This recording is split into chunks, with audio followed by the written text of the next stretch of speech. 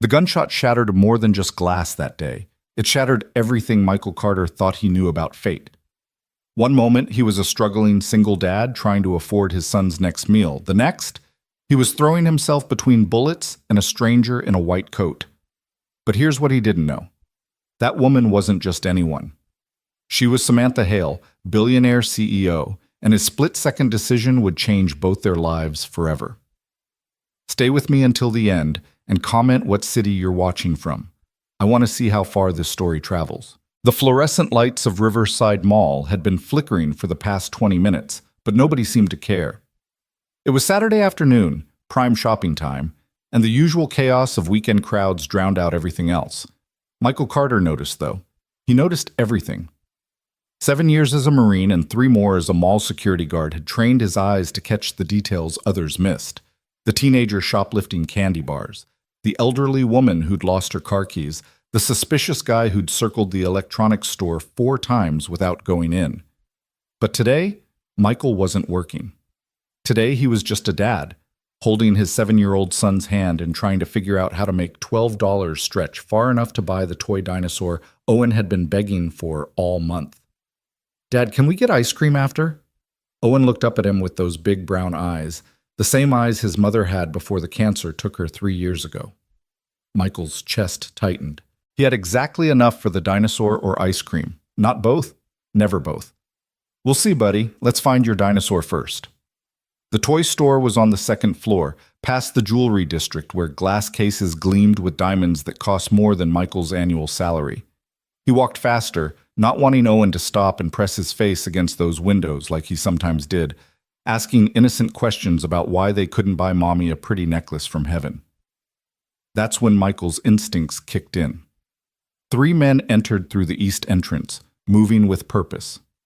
They wore light jackets despite the spring warmth, and their eyes swept the crowd with predatory precision. Michael's hand tightened on Owen's shoulder. Something was wrong. The way they walked, synchronized, military style, the bulges under their jackets, the way the tallest one touched his ear like he was adjusting an earpiece. Michael had seen enough combat to recognize a coordinated operation when he saw one. "Owen, stay close to me." His voice came out sharper than intended, and Owen's smile faded. "Dad? What's wrong?" Before Michael could answer, the lights went out completely. For 3 seconds, Riverside Mall plunged into absolute darkness. Screams erupted immediately, that primal fear of not knowing what's coming. Then the emergency lights kicked in, bathing everything in an eerie red glow that made the chrome fixtures look like they were bleeding. That's when the first gunshot rang out. The sound was deafening in the enclosed space, a crack that seemed to split reality in half. Michael didn't think. He grabbed Owen and dove behind a kiosk selling phone cases, pressing his son against the wall with his body as a shield. "Dad!" Owen's voice was pure terror. "Shh, baby, shh. Don't make a sound." Michael's heart hammered against his ribs. He could feel Owen trembling beneath him, could smell the strawberry shampoo from his morning bath.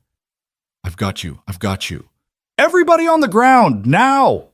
The voice boomed across the mall, amplified by the acoustics. "Hands where we can see them!" Michael risked a glance around the kiosk. The 3 men had spread out in a tactical formation around Prestige Jewelers, the high-end store that occupied the mall's central position.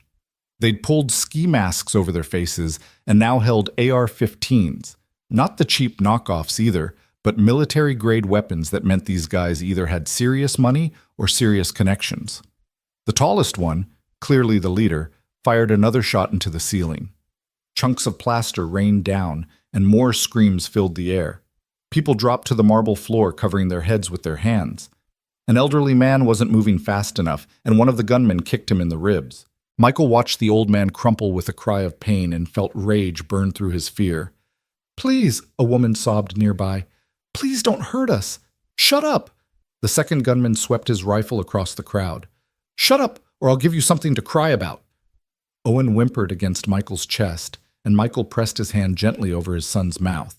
"Breathe through your nose, buddy, in and out, like when you're hiding in hide and seek. You're the best hider ever, remember?"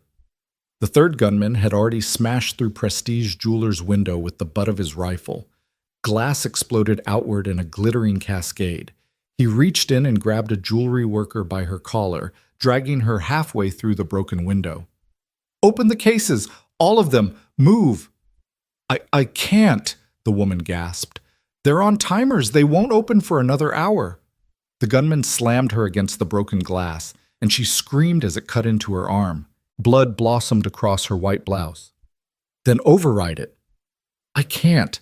The manager has the code. He's not here today." The leader stepped forward, moving with the kind of calm that was more terrifying than rage. "Then I guess we do this the hard way." He raised his rifle and fired into the closest jewelry case. The reinforced glass spiderwebbed but didn't break. He fired again. On the third shot, it shattered. 2 minutes, he barked at his team. "Fill the bags and move." Michael's mind raced. 2 minutes. That was all they had. 2 minutes before these guys either got what they wanted and left, or got frustrated and started shooting hostages. He'd seen it before in Baghdad. Desperate men with guns and a ticking clock never ended well. He looked at Owen, whose face was pale with terror, then scanned the area for the nearest exit. The east entrance was blocked by one of the gunmen. The west entrance was too far. They'd never make it across that open space without being seen. His eyes landed on the service corridor behind the kiosk, the one employees used to move stock between stores. If he could get Owen there. Then he saw her. A woman in a white coat stood frozen near the jewelry store's display window, maybe 15 feet from the gunman. She couldn't have been more than 35, with dark hair pulled back in a professional bun and a leather laptop bag clutched to her chest like a shield. She wasn't on the ground like everyone else. She just stood there, paralyzed, her body rigid with shock. The second gunman hadn't noticed her yet. He was focused on scooping armfuls of watches and necklaces into a duffel bag. But any second now, he would turn around. Any second, he would see her standing there when everyone else was down, and he would think she was a threat, or a witness, or just someone who hadn't followed orders. Michael knew what came next. He'd seen it too many times. "Stay here," he whispered to Owen. "Don't move. Don't make a sound. Count to 100 really slow, then go through that door behind us. Find a security guard. Can you do that for me?" Owen's eyes went wide with understanding. "Dad, no. I love you, buddy." Michael kissed his son's forehead, then moved before he could think about what he was doing, before fear could root him in place. He ran. Not toward the exit, not toward safety, toward the woman in white. His boots barely made a sound on the marble floor. Marine training never left you, but it was enough. The third gunman's head snapped up, tracking the movement. Michael saw the rifle barrel start to swing in his direction, saw the man's finger begin to squeeze the trigger. Time didn't slow down. That was a myth. Instead, everything sharpened. Michael could see the individual scratches on the rifle's scope, could count the tiles between him and the woman, could hear his own heartbeat like a war drum in his ears. The woman finally moved, her head turning toward him with agonizing slowness. Her eyes met his, and Michael saw the exact moment realization hit, the moment she understood she'd been standing there like a target while everyone else was down. He was 5 feet away when the gunshot came. The bullet didn't hit him. Instead, it struck the jewelry store's main display window, the huge sheet of reinforced glass that showcased a $3 million diamond necklace. The glass exploded in a storm of crystalline shrapnel, and Michael threw himself forward, covering the woman with his body as 1,000 tiny blades filled the air. They hit the floor hard. Michael's shoulder took the brunt of the impact, and he felt something in his collarbone grind in a way that made stars explode behind his eyes. The woman gasped beneath him, her laptop bag crushed between them. Glass rained down like hail, pinging off his back, his neck, his scalp. Pieces sharp enough to slice skin embedded in his shirt. "Stay still," he breathed into her ear. "Don't move, don't make a sound." She was shaking so hard he could feel her whole body vibrating against his. Her breathing came in short, panicked gasps that told him she was seconds from a full panic attack. Michael had seen soldiers freeze up in combat, had talked more than one through the paralysis that came when your brain couldn't process what was happening fast enough. "Listen to me," he whispered, his voice barely audible over the chaos. "Breathe. In through your nose, out through your mouth. That's it. You're okay. I've got you." "Get those cases open," the leader roared. "Forget the small stuff. I want the diamonds from the main vault." "The what?" one of his men replied. Boss, there's no... The vault, behind the back wall, there's supposed to be a reinforced door, says... How do you know that? A pause. Because I worked here, you idiot. 5 years ago, before they fired me. Now find it. Michael's mind filed that information away. Inside job. The leader knew the layout, knew the security protocols, knew exactly when the manager wouldn't be here. This wasn't some random hit. This was planned, organized, personal, which made it more dangerous. Vengeful people with guns didn't just want money, they wanted to prove something. And people trying to prove something took bigger risks, made messier decisions, cared less about witnesses. The woman beneath him let out a tiny sob, and Michael felt her trying to look up. Don't, he murmured. Keep your head down. Close your eyes if you can. My son, she whispered. I have a son. He's 8. His name is... You're going to see him again, Michael cut her off, gently but firmly. But right now you need to trust me. Can you do that?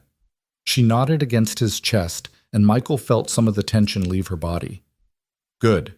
Panic got people killed. Focus kept them alive. He risked a glance over his shoulder. The gunman had moved deeper into the store, disappearing into the back room.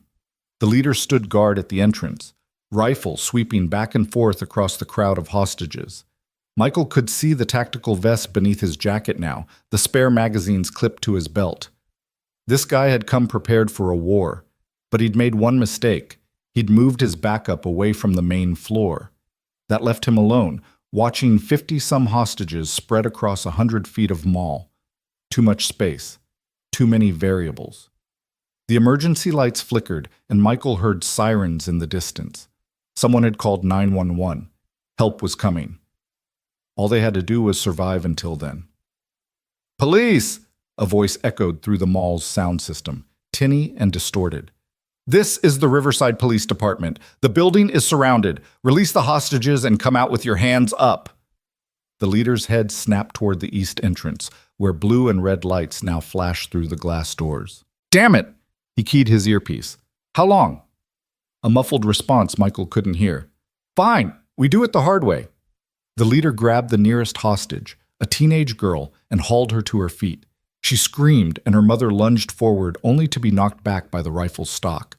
Listen up, I'm walking out of here with what I came for, and if anyone tries to stop me, I start shooting. He dragged the girl toward the service entrance, the one employees used for deliveries. Michael's blood ran cold. That was the same corridor he'd told Owen to use. If his son was still there, if he hadn't moved yet. The woman beneath him felt him tense. What is it? She whispered. My son. The words tasted like ash. I told him to go that way. Her hand found his, surprisingly strong despite her trembling. Then we stopped them. We? Michael almost laughed at the absurdity. Lady, no offense, but we're currently lying in broken glass while guys with automatic weapons rob a jewelry store. We're not stopping anything. My name is Samantha. Her voice had changed, some of the fear burning away to reveal steel underneath. And I didn't survive building a company from nothing to die in a mall at 34. Michael turned his head to look at her properly for the first time. Even with her face pressed against the floor, even with glass in her hair and terror in her eyes, there was something formidable about her. The set of her jaw. The way she met his gaze without flinching. What do you want me to do? She asked. Before Michael could answer, one of the other gunmen emerged from the back room, dragging an industrial-sized duffel bag that clinked with stolen goods. Got it. Let's go. About damn time. The leader shoved the teenage girl away and turned toward his exit. That's when his eyes swept over the floor and landed on Michael and Samantha. They locked eyes across 20 feet of marble in chaos. Michael saw the moment of calculation. Witness, threat, complication. The rifle started to rise. Michael moved without thinking, rolling off Samantha and putting himself between her and the weapon. Don't. The single word came out harder than steel, carrying 7 years of military authority. It was the voice Michael had used to command Marines in firefights.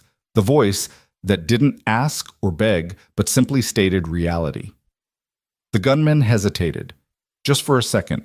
Just long enough for his brain to process that Michael wasn't a scared civilian, but something else entirely.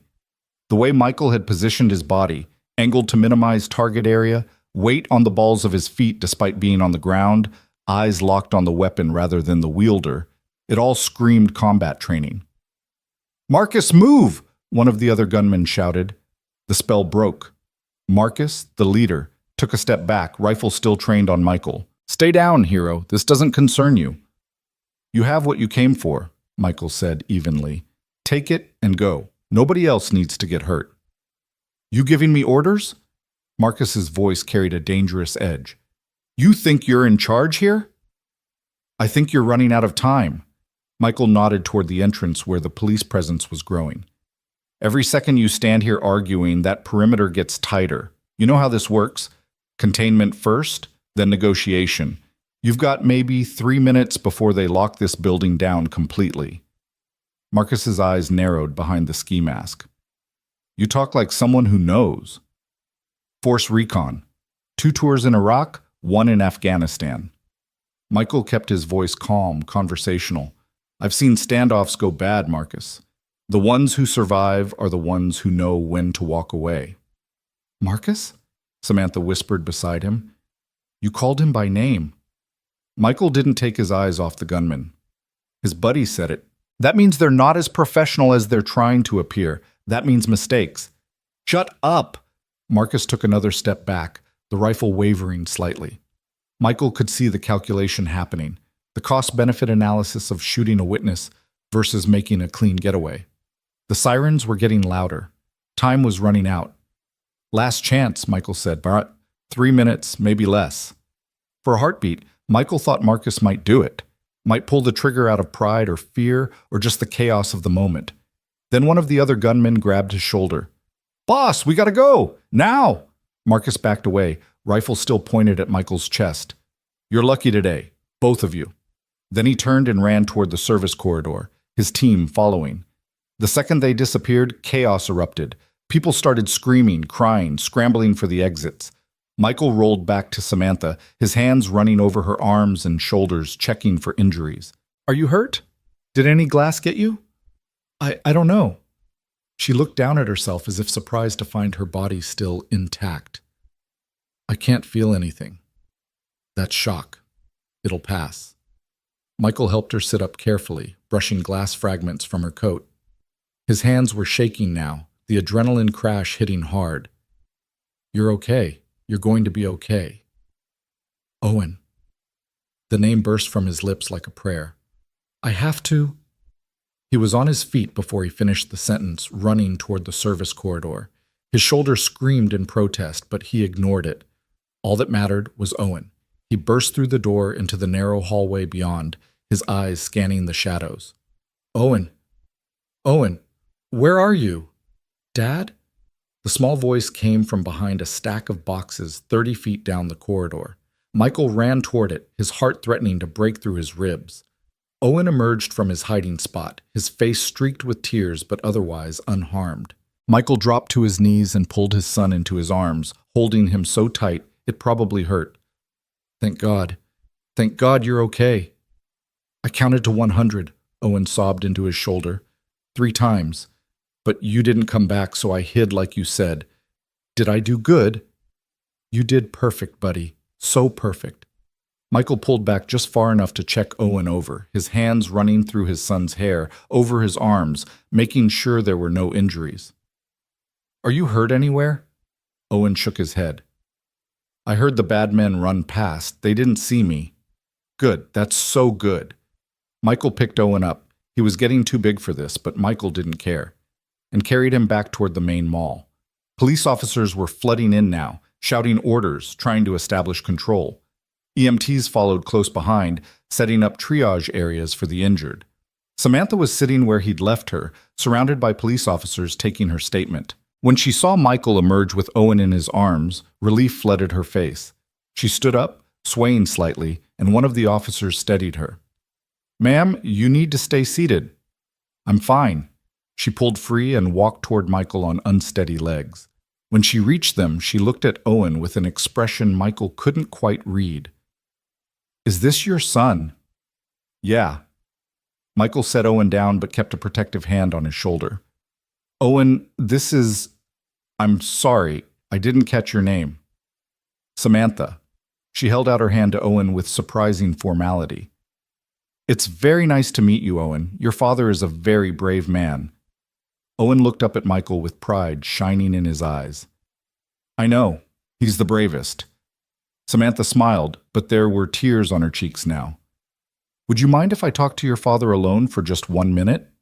Owen looked to Michael for permission.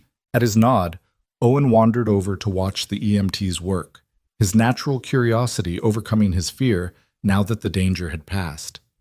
Samantha turned back to Michael, and suddenly she was crying in earnest. You saved my life! The words came out choked. That glass, if you hadn't covered me, I saw what it did to the displays. It would have... Hey! Michael caught her hands, which were shaking uncontrollably. You're okay. That's what matters. But your son. You left your son to save a stranger. She looked at him with something like awe. Who does that? Anyone would have done the same, Michael said automatically. No. Samantha shook her head firmly, her eyes meeting his with an intensity that pinned him in place. No, they wouldn't. I've lived in this world long enough to know that most people look out for themselves first. You didn't. You saw someone in danger and you ran toward it, not away. That's... She had to stop, overcome with emotion. That's extraordinary. Michael felt uncomfortable with the praise. He didn't feel extraordinary. He felt like a man who'd made a split-second decision and gotten lucky that it worked out. I was a Marine. We don't leave people behind. Were? Retired. He touched his shoulder unconsciously, where an IED had left shrapnel that still ached on cold days. Medical discharge.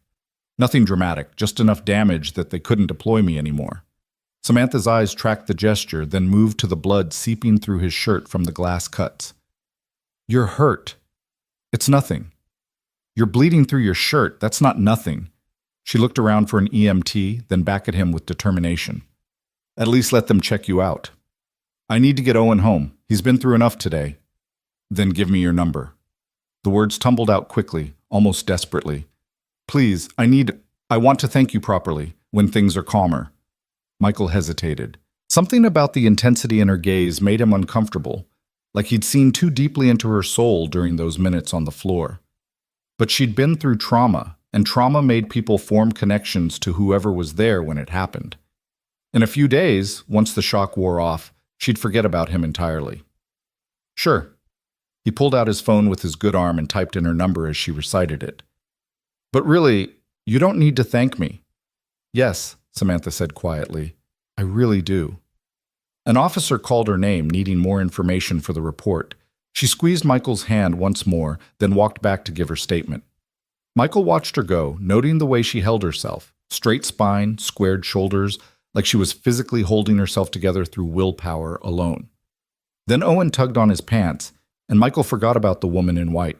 He had his son to take care of, dinner to figure out with whatever was left in the fridge, and a building full of police reports to file. The dinosaur Owen wanted would have to wait another month.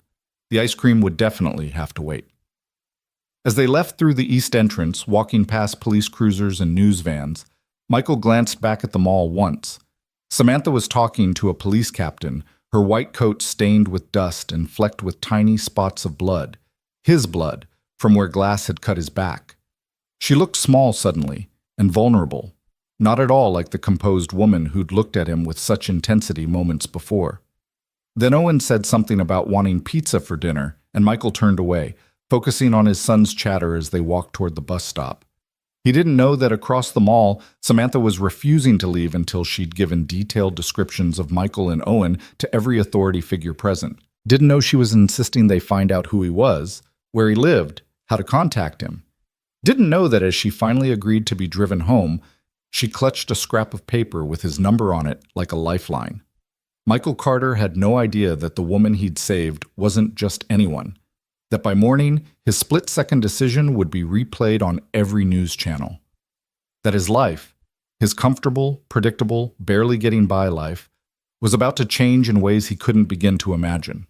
All he knew was that his shoulder hurt like hell, Owen was safe, and they had exactly $4.23 until his next paycheck.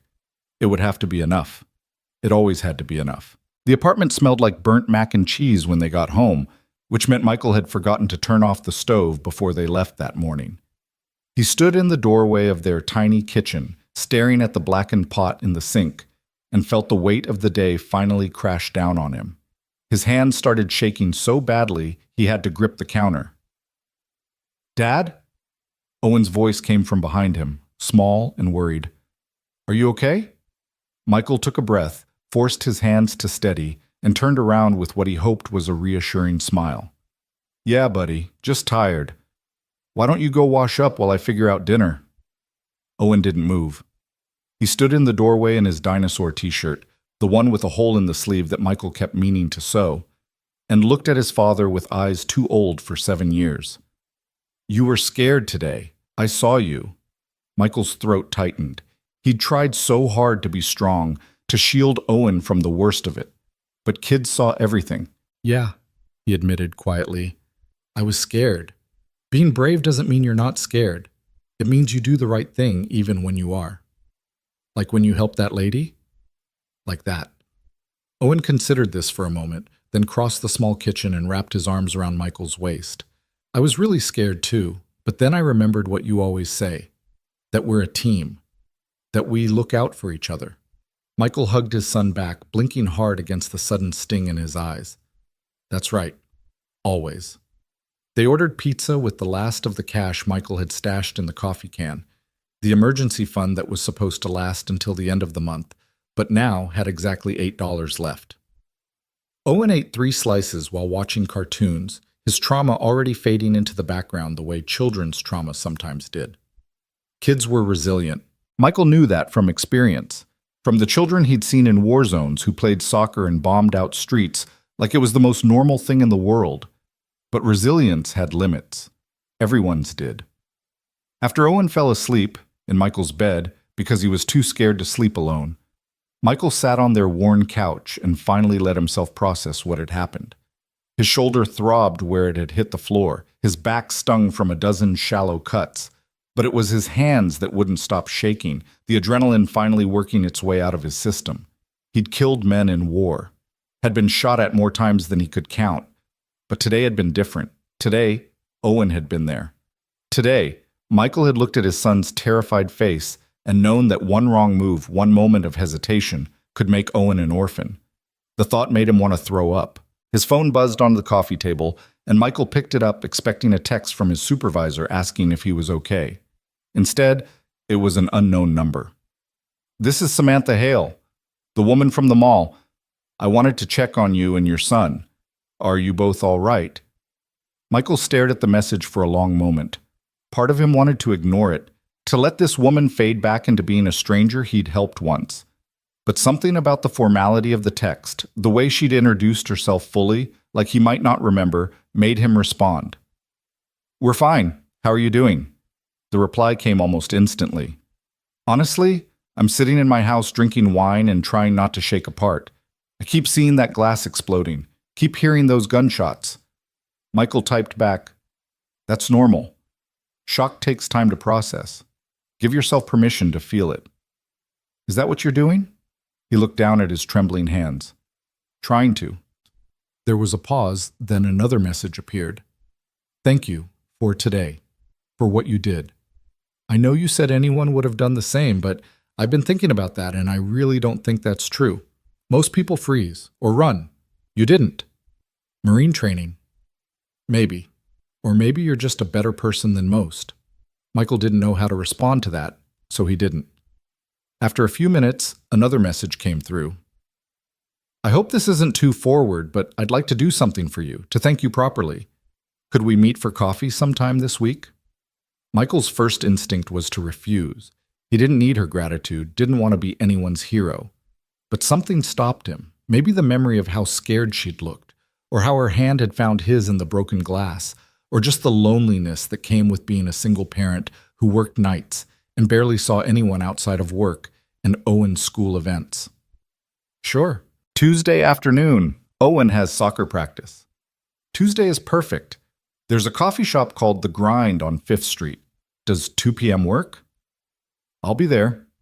Michael set down his phone and rubbed his eyes. He should shower, clean the cuts on his back, take some ibuprofen for his shoulder, Instead, he just sat there in the dim living room listening to Owen's soft breathing from the bedroom and trying to convince himself that everything was okay. They were alive. They were safe. That was enough.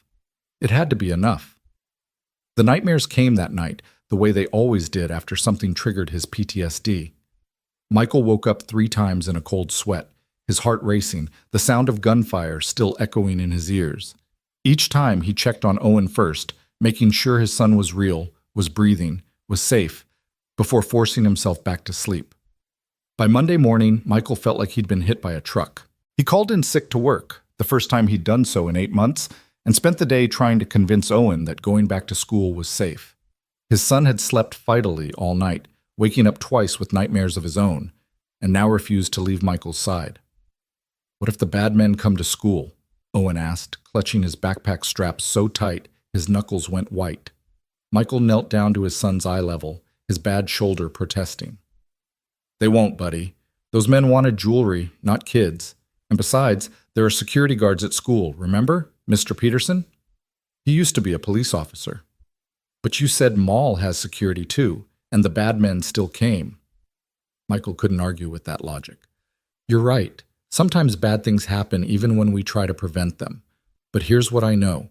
You are brave, and you are smart, and if anything ever feels wrong, you trust that feeling and you find a teacher. Okay?" Owen nodded slowly, not entirely convinced, but willing to try. Michael walked him to school himself, even though it made him 20 minutes late for a meeting with his landlord about next month's rent. Mrs. Chen was understanding, as always, but Michael could see the concern in her eyes when she noticed the bandages on his hands from the glass cuts. "You were there," she said. It wasn't a question. "At the mall. I saw it on the news." "Yeah. They said a man protected a woman, that he threw himself over her when the shooting started." Mrs. Chen looked at him with something like wonder. "That was you?" Michael shifted uncomfortably.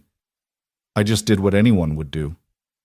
"My son says you're a hero. He wants to be like you when he grows up." The words sat heavy in Michael's chest. Hero. He'd been called that before, after his second tour, when he'd pulled 3 soldiers out of a burning Humvee. After his third tour, when he'd held a position against insurgents long enough for his team to evacuate civilians. But he'd never felt like a hero. He'd just felt like someone trying to make sure his people made it home alive. "I'm not a hero, Mrs. Chen. I'm just a dad who got lucky." She smiled sadly, like she understood something he didn't. Sometimes those are the same thing.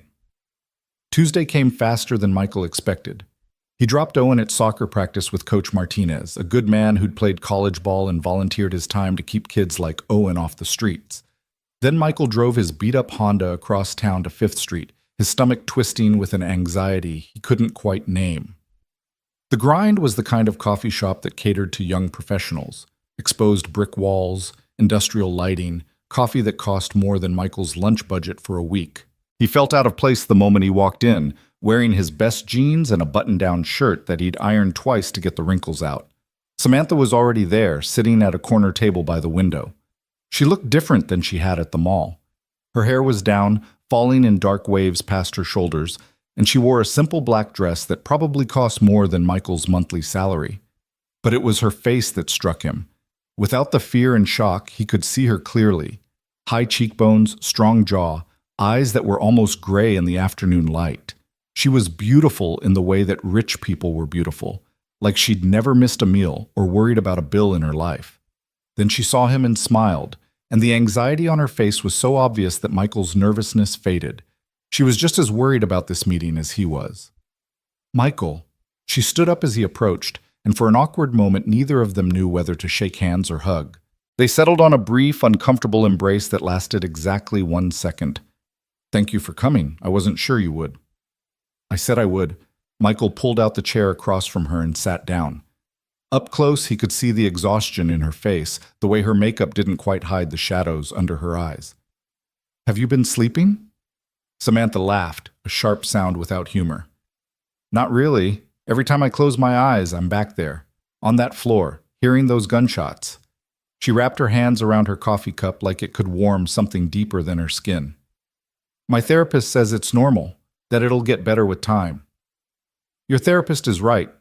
Michael flagged down a barista and ordered black coffee. No fancy additions, nothing he had to explain how to pronounce. Trauma is like that. It takes up all the space in your head at first, but eventually your brain starts to process it, file it away.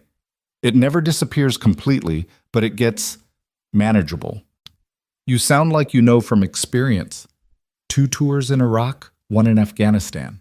Michael took the coffee when it arrived and wrapped his own hands around the cup, mirroring her gesture. I've got enough trauma for a lifetime, probably 2 lifetimes.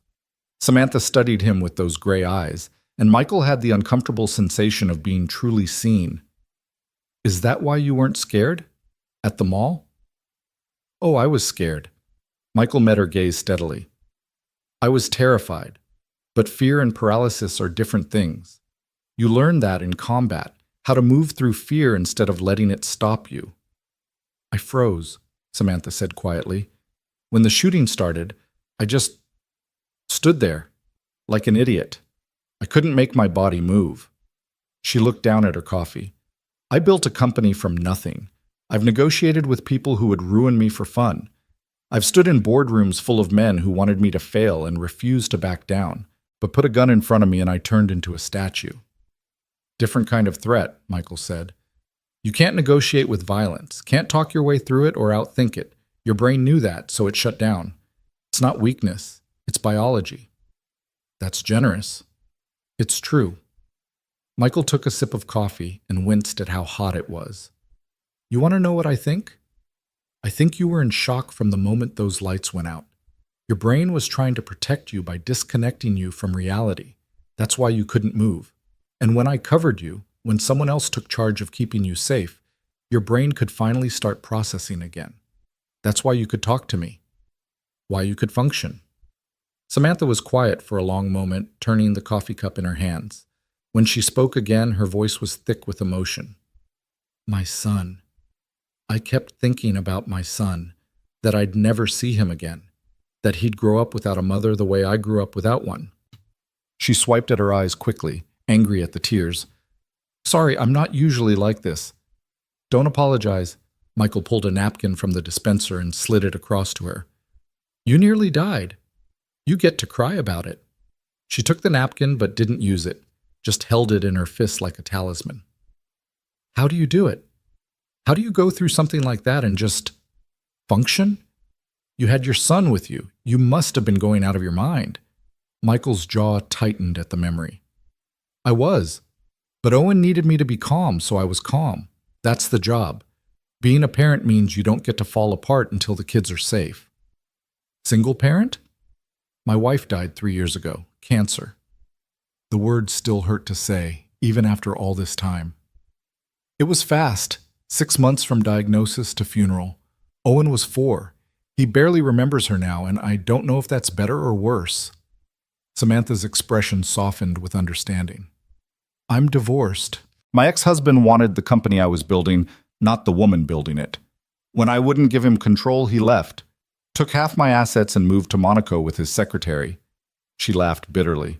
Cliché, right? I'm sorry. Don't be. Best thing that ever happened to me. Taught me that the only person I can really count on is myself. She paused, then added quietly, until Saturday. Saturday, I had to count on you, and you didn't let me down. Michael didn't know what to say to that, so he just nodded and drank his coffee. Around them, the coffee shop buzzed with conversation.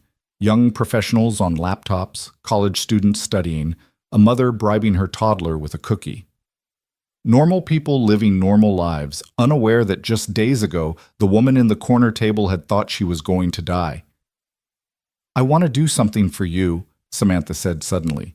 For you and Owen. I know you said you don't want money, but I don't. But I need to do something. You saved my life. That's not a debt I can just walk away from. Michael set down his coffee cup with more force than intended. It's not a debt at all. I didn't help you because I expected payment. I helped you because you needed help. That's it. I know that, but the world doesn't work on selflessness alone. You took a risk for me. Multiple risks. You could have been shot. Your son could have been orphaned. Don't you think that deserves something? What it deserves is for you to pay it forward. Michael leaned back in his chair, suddenly tired. Next time you see someone who needs help, help them. That's how you thank me. Samantha looked at him for a long moment, and Michael couldn't read the expression on her face.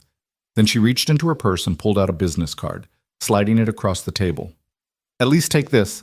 My direct number is on the back. If you or Owen ever need anything, and I mean anything, you call me. Deal? Michael picked up the card. It was heavy stock, probably imported, with elegant lettering that read, Samantha Hale, CEO, Hale Industries. He'd never heard of Hale Industries, but then again, he didn't exactly move in circles where people handed out business cards. What does your company do? He asked, more to change the subject than genuine curiosity. Technology infrastructure. We build the systems that power other companies. Cloud storage, data security, network architecture. It's complicated and boring, which is why most people have never heard of us, even though we're in everything they use. Michael turned the card over. The phone number on the back was handwritten in neat, precise digits. He slipped it into his wallet, more to make her feel better than because he thought he'd ever use it. Okay, if I need anything, I'll call. Promise? Promise. They talked for another hour, the conversation drifting from the mall to Owen's soccer practice to Samantha's son, Marcus, 8 years old, obsessed with astronomy, and convinced he was going to be the first person to walk on Mars. Michael found himself relaxing despite his earlier discomfort.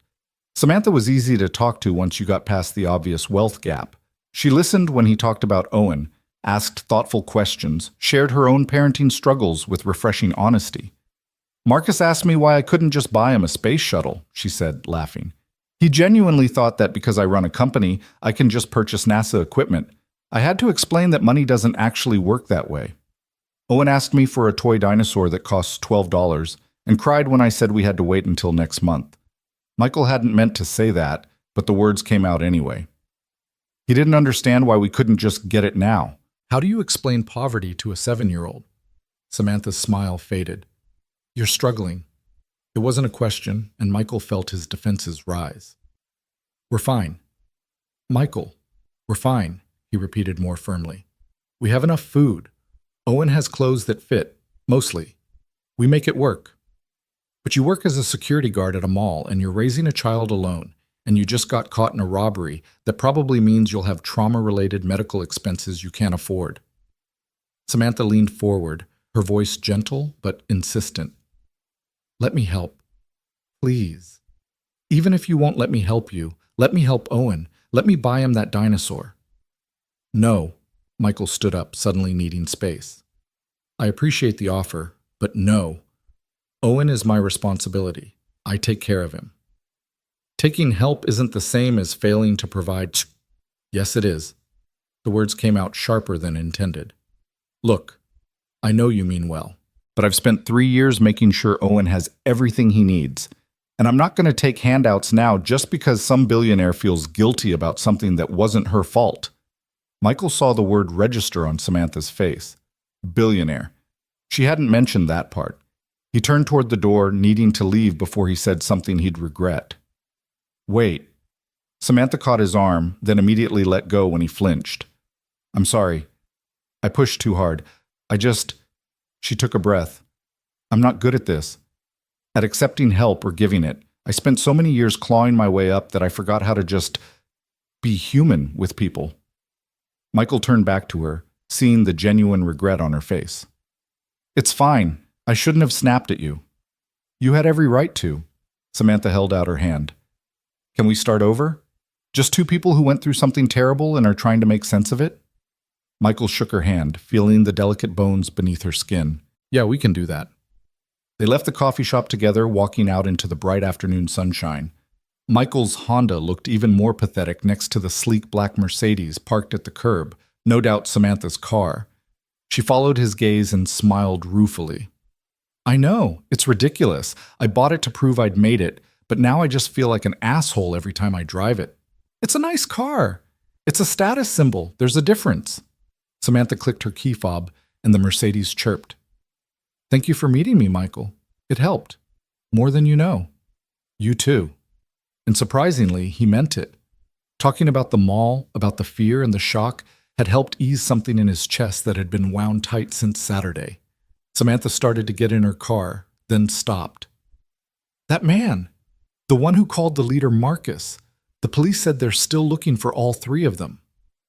They'll find them. Guys like that always make mistakes. I hope you're right. She bit her lip. I keep thinking about how he knew the layout, how he'd worked there. What if he comes back? What if he... He won't, Michael said firmly. He got what he wanted. Moving on to his next target is smarter than going back to the scene, and these guys, whatever else they are, they're not stupid. Samantha nodded, but Michael could see she wasn't convinced. He didn't blame her. In his experience, people who'd been through violence always waited for it to come back. That's what trauma did. It made you expect the other shoe to drop.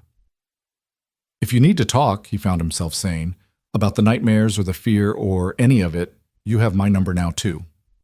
Samantha's smile was genuine this time, reaching her eyes. Thank you. I might take you up on that.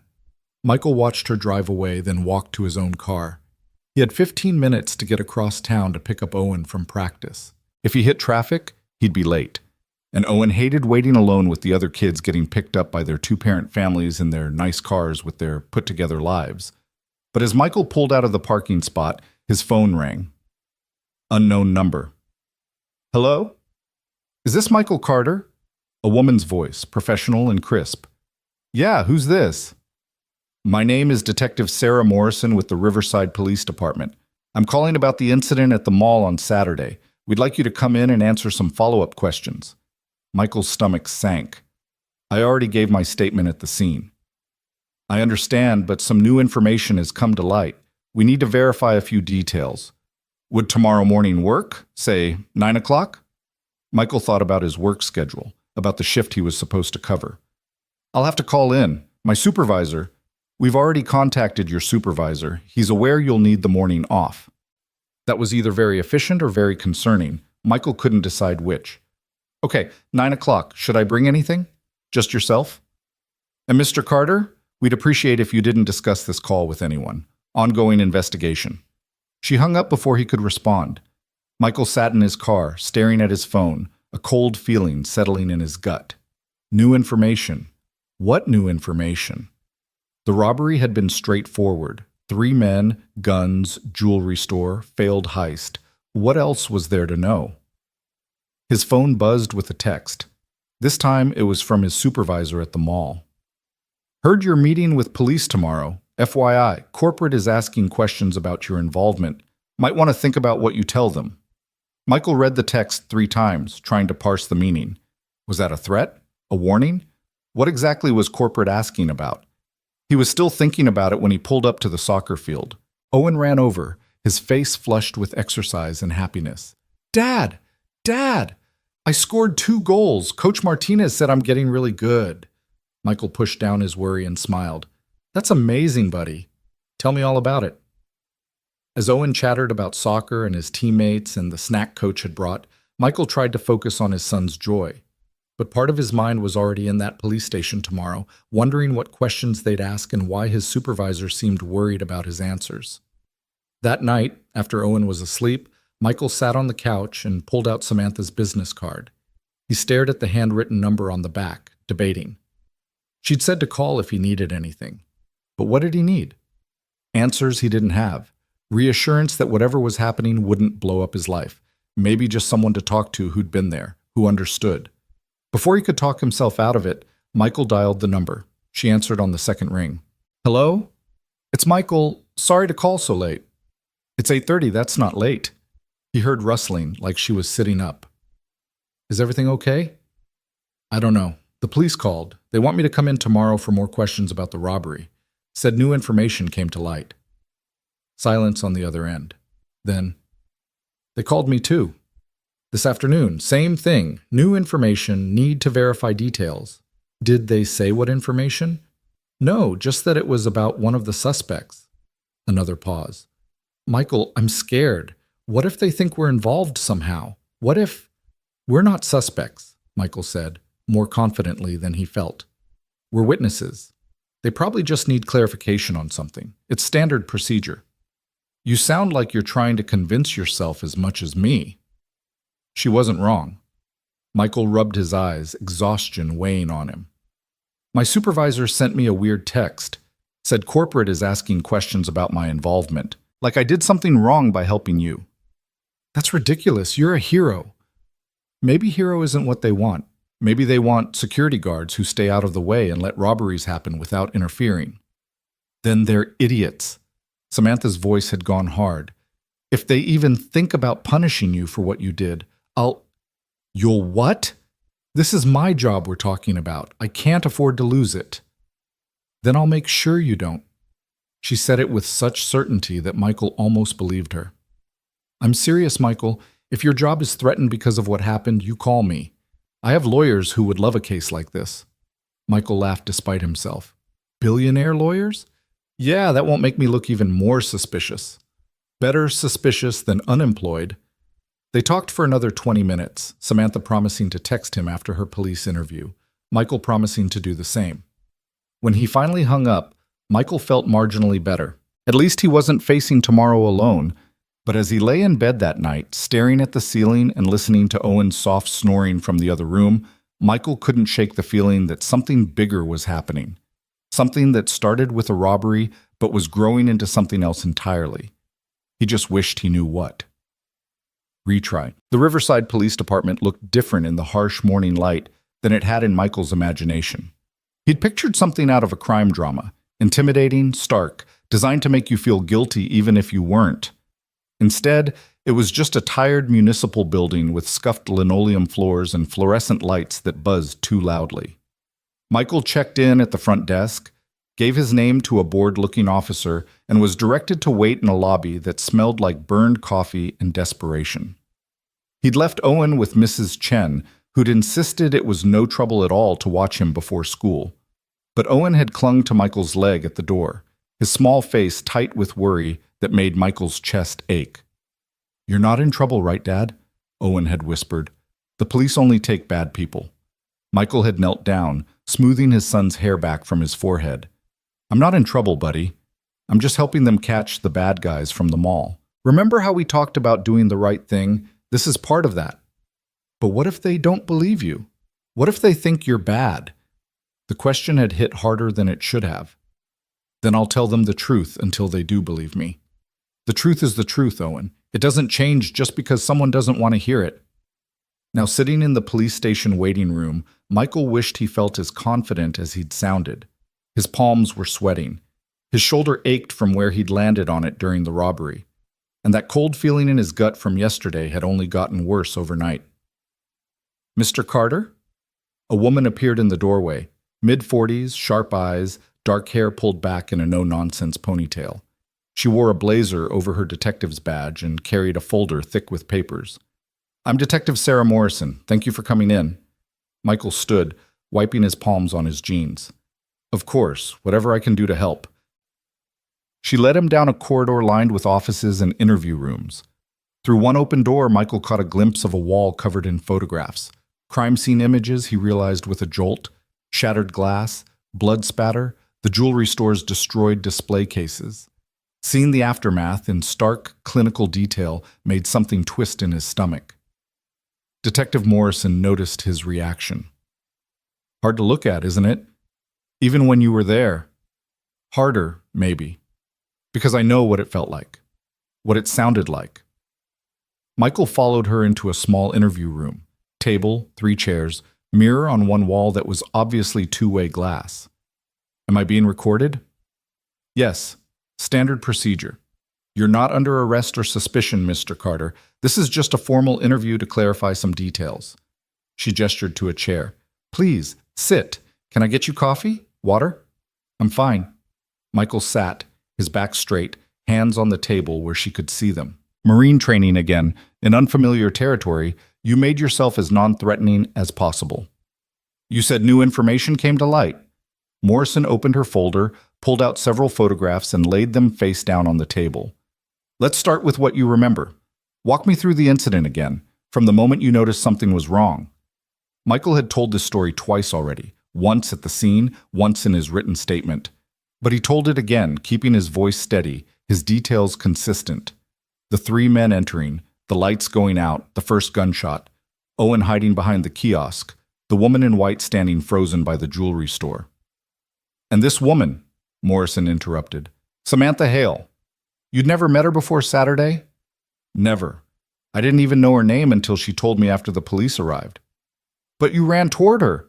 Put yourself between her and the gunman. Why? Michael frowned at the question. Because she was in danger. Because if someone had started shooting, she would have been hit. What else would I do? Most people would have focused on protecting their own child. You left your son behind. The words stung, even though Michael knew they weren't meant as an accusation. I told Owen to hide. He was safe where he was. She wasn't. So you made a split-second decision to save a stranger's life instead of staying with your son. I made a decision to save someone who needed help while making sure my son was safe. Those aren't mutually exclusive. Morrison studied him for a long moment, then flipped over one of the photographs. It showed Samantha at the scene, her white coat covered in dust and small bloodstains, her face pale with shock. Did Ms. Hale say anything to you while you were covering her? Anything about why she might have been targeted? Michael's frown deepened. Targeted? This was a robbery. They were after jewelry, not people. Answer the question, please.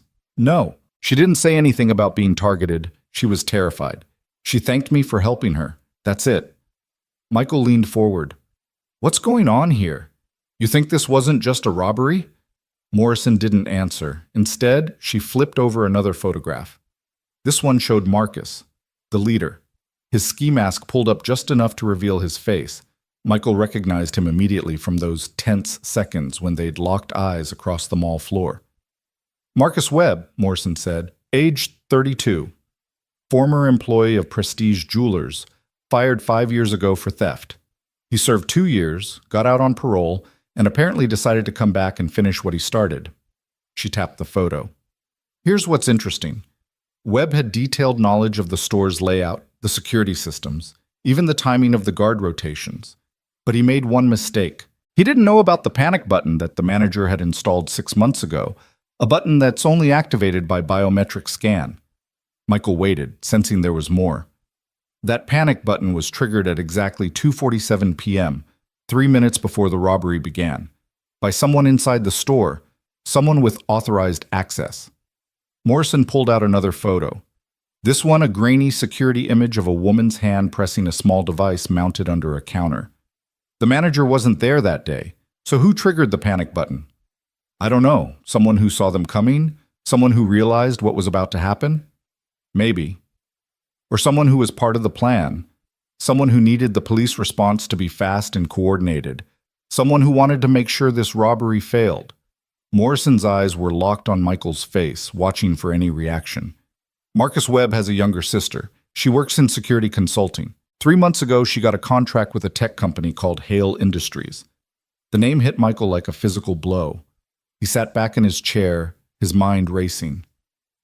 You think Samantha Hale was involved in the robbery? I think it's an interesting coincidence that Marcus Webb's sister works for Samantha Hale's company, and that Samantha Hale just happened to be at the exact jewelry store her employee's brother was about to rob, at the exact time the robbery occurred, standing in the exact spot where she'd be most visible and most vulnerable. That's insane. Michael shook his head. I was there. She was terrified. That wasn't an act. People can be terrified and complicit at the same time, Mr. Carter. Fear doesn't equal innocence. So what, you think she staged this? That she wanted to be held at gunpoint and nearly shot? For what purpose? Morrison pulled out one final photograph, and this one made Michael's blood run cold. It showed Samantha at what looked like a press conference, standing at a podium with the Riverside police chief beside her. The caption read, Hale Industries announces $5 million security grant. 3 days after the robbery, Morrison said quietly, Samantha Hale held a press conference announcing a major donation to improve mall security across the city. She positioned herself as a hero who survived a traumatic incident and was now giving back. The media ate it up. Her company's stock jumped 12%. She's been on every major news outlet, telling her story about the brave security guard who saved her life. Michael stared at the photograph, his mind refusing to process what Morrison was implying. You think she used me? You think the whole thing was staged to make her look good? I think someone knew that robbery was going to happen. I think someone made sure the response was coordinated and fast. And I think someone has benefited enormously from being the sympathetic victim. Morrison leaned forward. I need you to tell me the truth, Mr. Carter. Did Samantha Hale contact you before the robbery? Did she ask you to be there, to protect her, to play the hero? No. The word came out hard, definitive.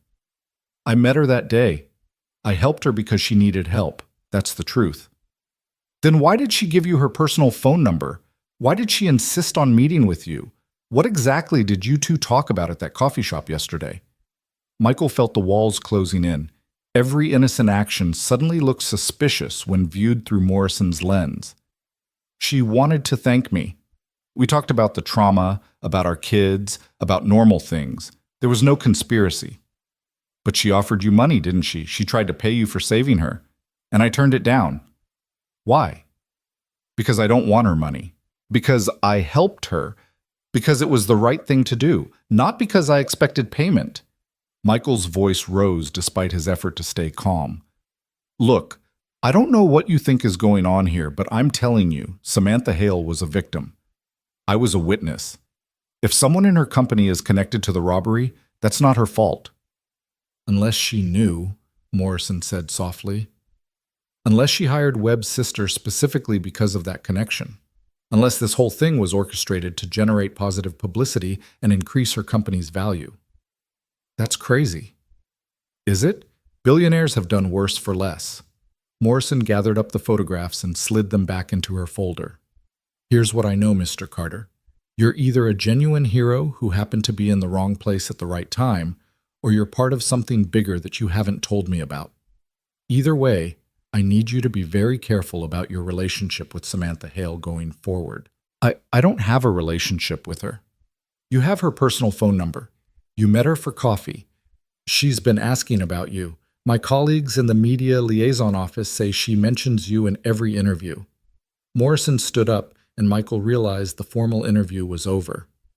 I'm not accusing you of anything, but I am warning you that this investigation is ongoing and that associating with someone under scrutiny could complicate your life considerably. Michael stood too, his legs unsteady.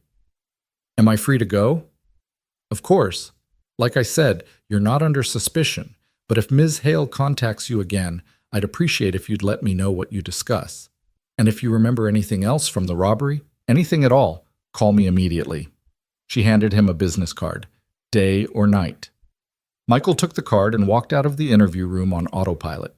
His mind was spinning, trying to reconcile the terrified woman he'd protected with the calculated manipulator Morrison had described. It didn't fit.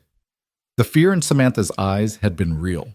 The way her hands shook when she thanked him had been genuine. Unless she was the best actress he'd ever met, there was no way she'd staged her own near-death experience. But doubt was a poison, and Morrison had injected it directly into his veins. Now every interaction with Samantha took on a different shade. The way she'd insisted on giving him her number, the coffee meeting, her immediate mention of her company and her success. Had any of it been real, or had she been playing him from the start? Michael's phone buzzed as he reached his car. Text from Samantha. Just finished with the police.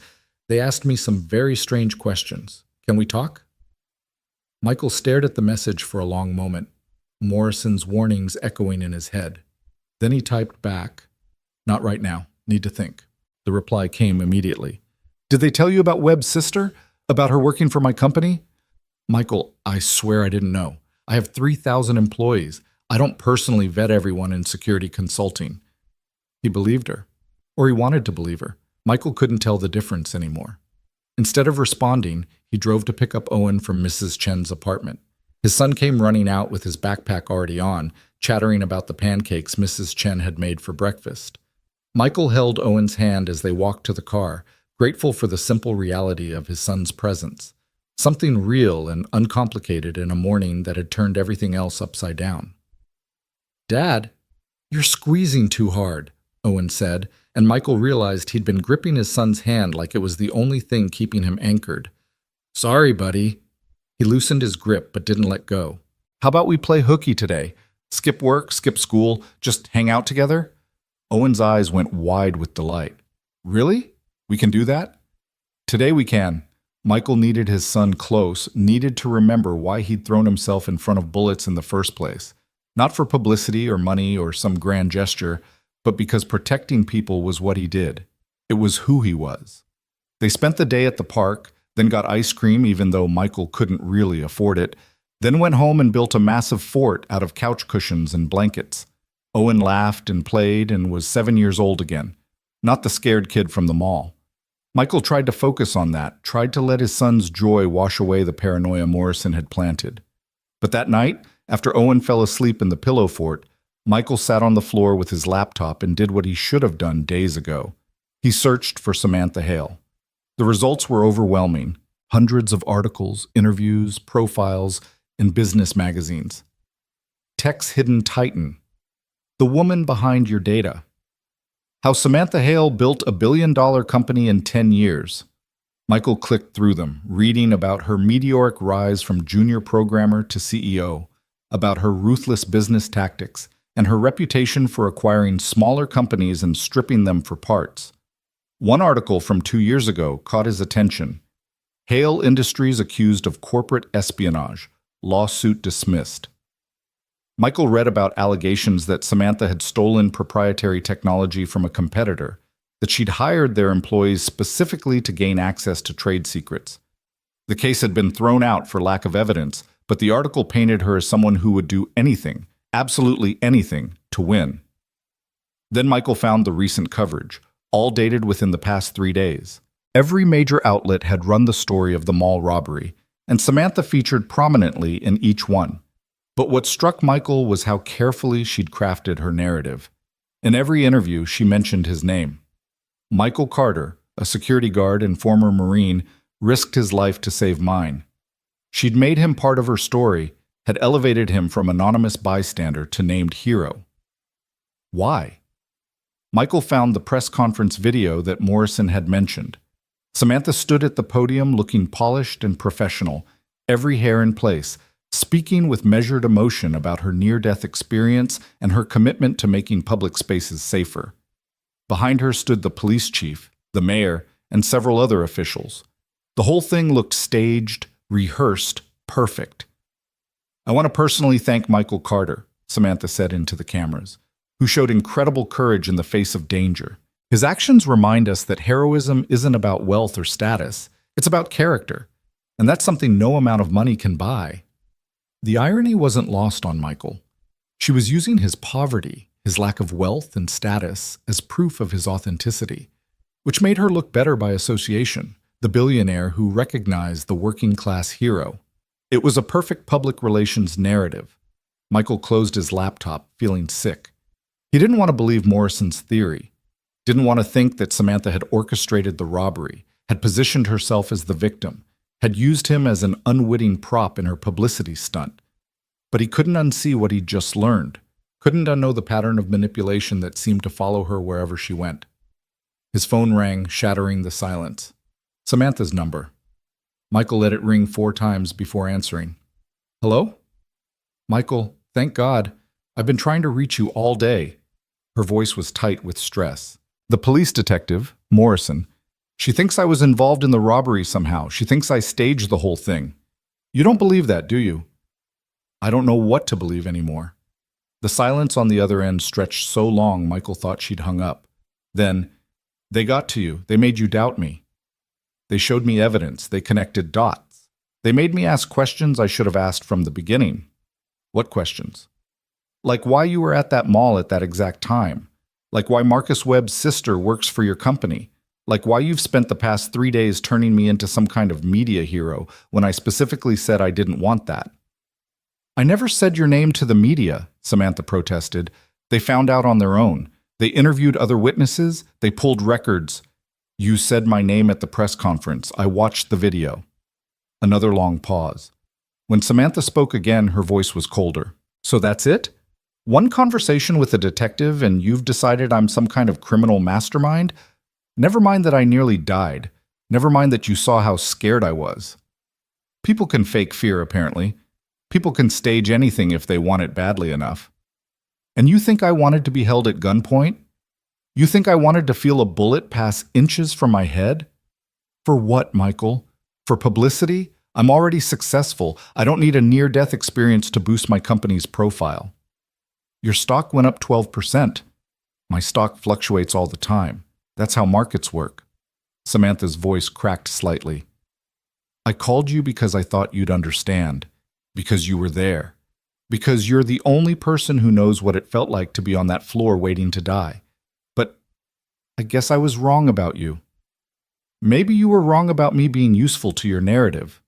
The words came out harsher than Michael intended, but he couldn't take them back. He heard Samantha's sharp intake of breath, heard her anger finally breaking through. You know what? Fine. Believe what you want. Believe I'm some kind of monster who stages robberies for publicity. Believe I used you. Believe whatever makes you feel better about the fact that accepting help from someone successful makes you uncomfortable. Her voice was shaking now. But let me tell you something, Michael Carter. When I was lying on that floor convinced I was going to die, the only thought in my head was my son, not my company, not my stock price, my son. So whatever the police told you, whatever dots they connected, they're wrong. I was a victim, and you saved my life. That's the truth, whether you believe it or not. She hung up before he could respond. Michael sat in the darkness of his living room, Owen's soft breathing coming from the pillow fort, and wondered if he'd just made a terrible mistake. His phone buzzed with a text. Not from Samantha, from his supervisor at the mall. Need to see you tomorrow morning, 8 a.m., my office, it's important. Michael's stomach dropped. He texted back, about what? The response came after 5 agonizing minutes. Corporate has some concerns about your continued employment. We need to discuss your future with the company. Michael read the message 3 times, each time feeling the walls close in tighter. They were going to fire him. For helping someone. For being a hero. For doing exactly what anyone with a conscience would have done. He thought about calling Samantha back, thought about apologizing and asking for her help. But pride stopped him. Or maybe it was fear. Fear that if he accepted her help now, it would prove Morrison right, that he was part of whatever scheme the detective thought was happening. Instead, Michael did what he always did when his back was against the wall. He pulled out his laptop and started looking for new jobs. Security positions, warehouse work, anything that would pay the bills and let him keep Owen fed and safe. But every listing required experience he didn't have or qualifications he couldn't afford to get. The few that matched his skills paid less than what he was already making, and he could barely survive on his current salary. By 2 a.m., Michael gave up and crawled into the pillow fort next to Owen. His son stirred, mumbling something about dinosaurs, and snuggled closer. Michael wrapped his arm around Owen and stared at the blanket ceiling, wondering how everything had gone so wrong so fast. 4 days ago, he'd been nobody, just another single dad struggling to get by. Now he was caught between a detective who thought he was part of a conspiracy and a billionaire who might or might not have used him as a pawn in her public relations game. His job was in jeopardy, his name was in the media, and he had no idea who to trust or what to believe. The only thing Michael knew for certain was that he'd do it all again. If he could go back to that moment in the mall, knowing everything he knew now, he'd still throw himself over Samantha Hale. Because that's what you did when someone needed help. That was the only truth that mattered, even if it cost him everything. The morning came too soon. Michael dropped Owen at school with a promise to pick him up on time, then drove to the mall for what he suspected would be his last day as an employee. His supervisor, Derek Chen, Mrs. Chen's nephew, which was how Michael had gotten the job in the first place, looked miserable when Michael walked into his office. "Mike, sit down." Derek gestured to the chair across from his desk, and Michael noticed the HR representative sitting in the corner. Never a good sign. "Just tell me," Michael said. "Am I fired?" Derek exchanged a glance with the HR rep, then sighed. Corporate is concerned about liability. The incident on Saturday put the company in a difficult position. There are questions about whether proper protocols were followed, whether security personnel exceeded their authority. "I wasn't working that day. I was shopping with my son." "But you're employed by the mall, which means your actions reflect on us. And your involvement has brought significant media attention that corporate finds problematic." Derek looked down at his hands. "They're offering a severance package, 3 months' salary, and they'll agree not to contest unemployment." "In exchange for what?" My silence? The HR rep spoke up for the first time. In exchange for your signature on a non-disclosure agreement regarding the incident and your employment here. No media interviews, no public statements, no cooperation with any investigations beyond what's legally required.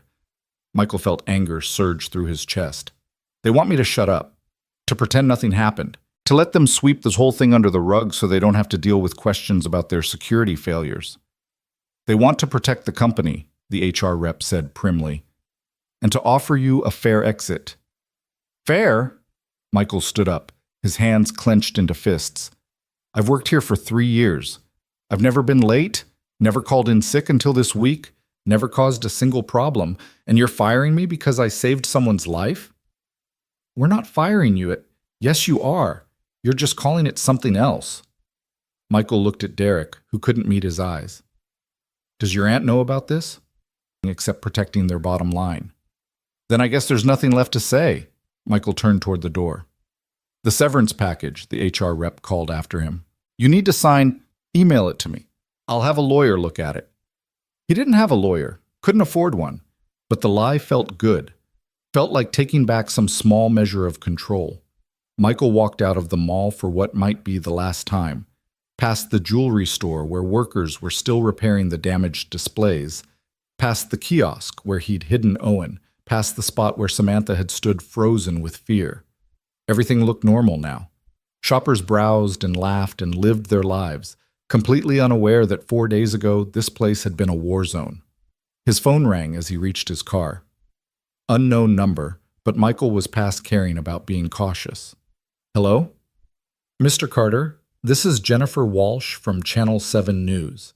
I was hoping to schedule an interview about your heroic actions at the Riverside Mall robbery. We're doing a special segment on everyday heroes, and I'm not interested. We'd be happy to compensate you for your time. Our standard rate is... I said I'm not interested. Michael hung up and immediately blocked the number. 3 more calls came in the next 5 minutes, all from different news outlets. Michael blocked them all. Morrison's warning echoed in his head.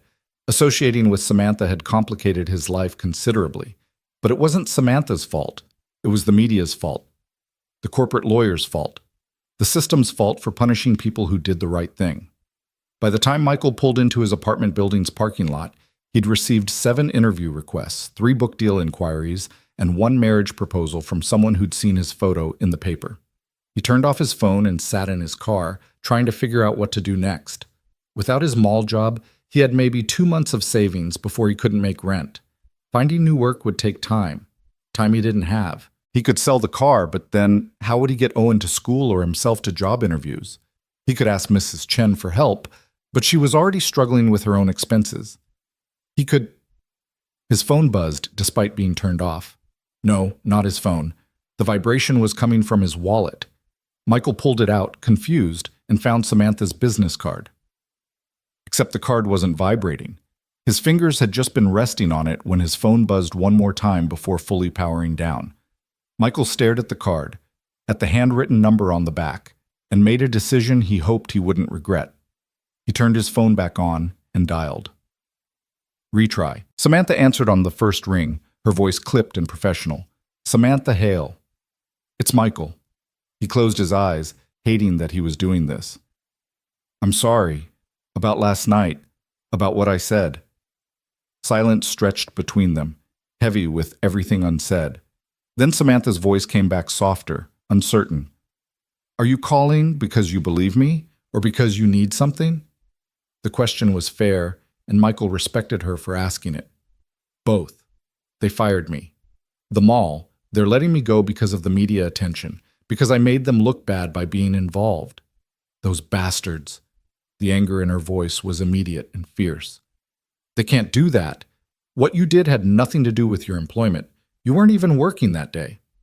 Doesn't matter. They found a way to make it about liability and corporate image. They're offering severance if I sign an NDA. Michael leaned his head back against the car seat. I don't know what to do. I can't afford a lawyer to fight it, and even if I could, I can't afford to be unemployed while the case drags out. Owen needs to eat. Rent needs to be paid. Don't sign anything. Samantha's voice had shifted into command mode, the CEO coming through.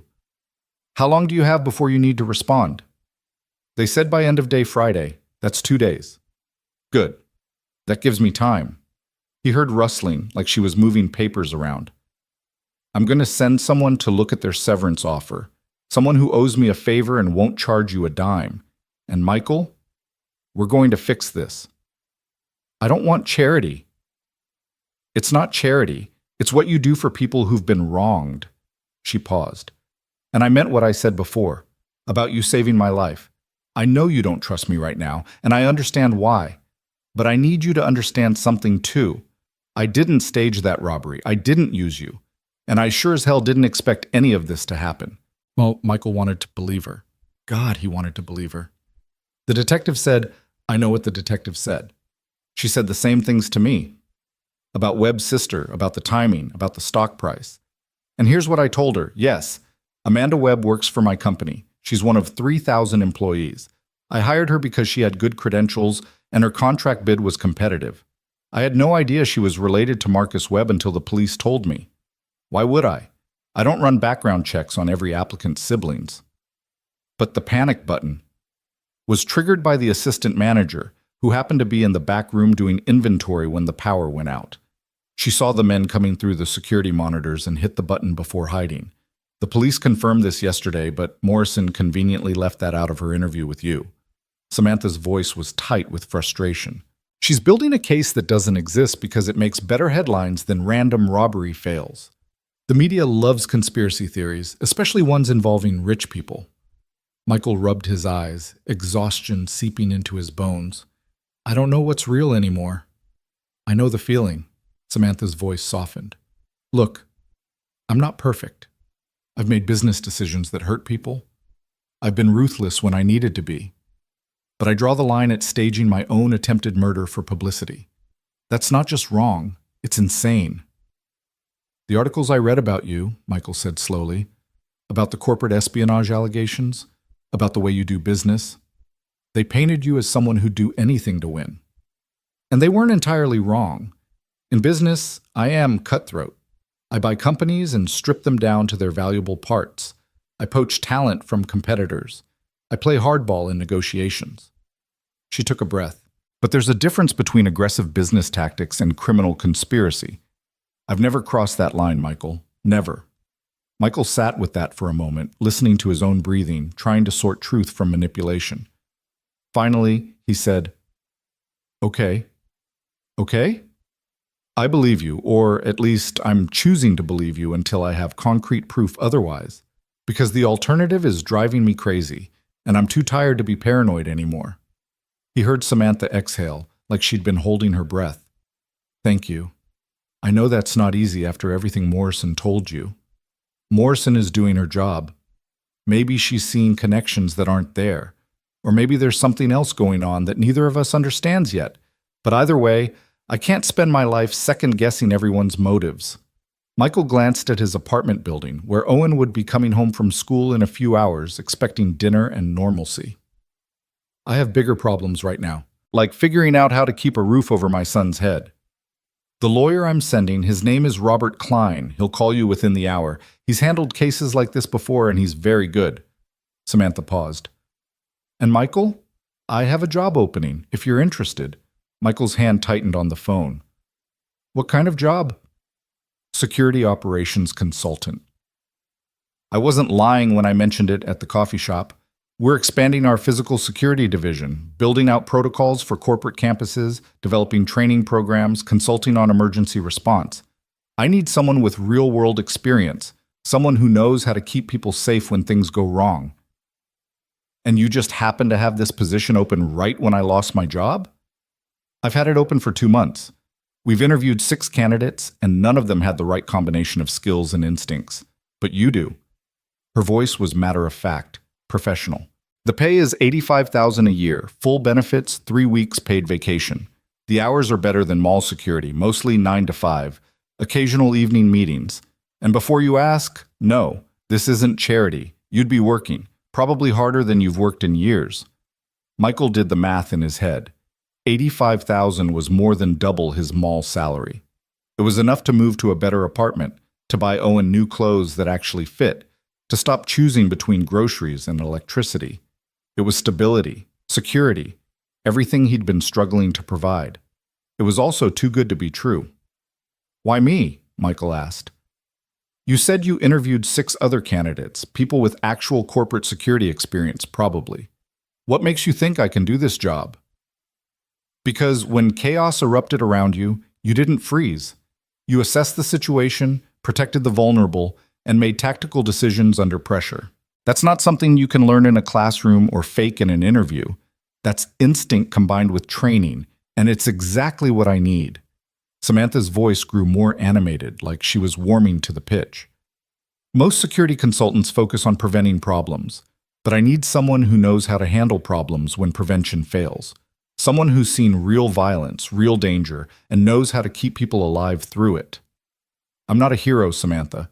What happened at the mall? That was one moment, one decision. It doesn't make me qualified to build security programs for $1 billion company." "No, but your 7 years as a Marine do. Your combat experience does. Your ability to stay calm when everyone else is panicking does." She let that sink in, then added quietly, "I watched the security footage from the mall. All of it. The way you moved, the way you positioned yourself, the way you read the situation. That's not luck, Michael. That's expertise."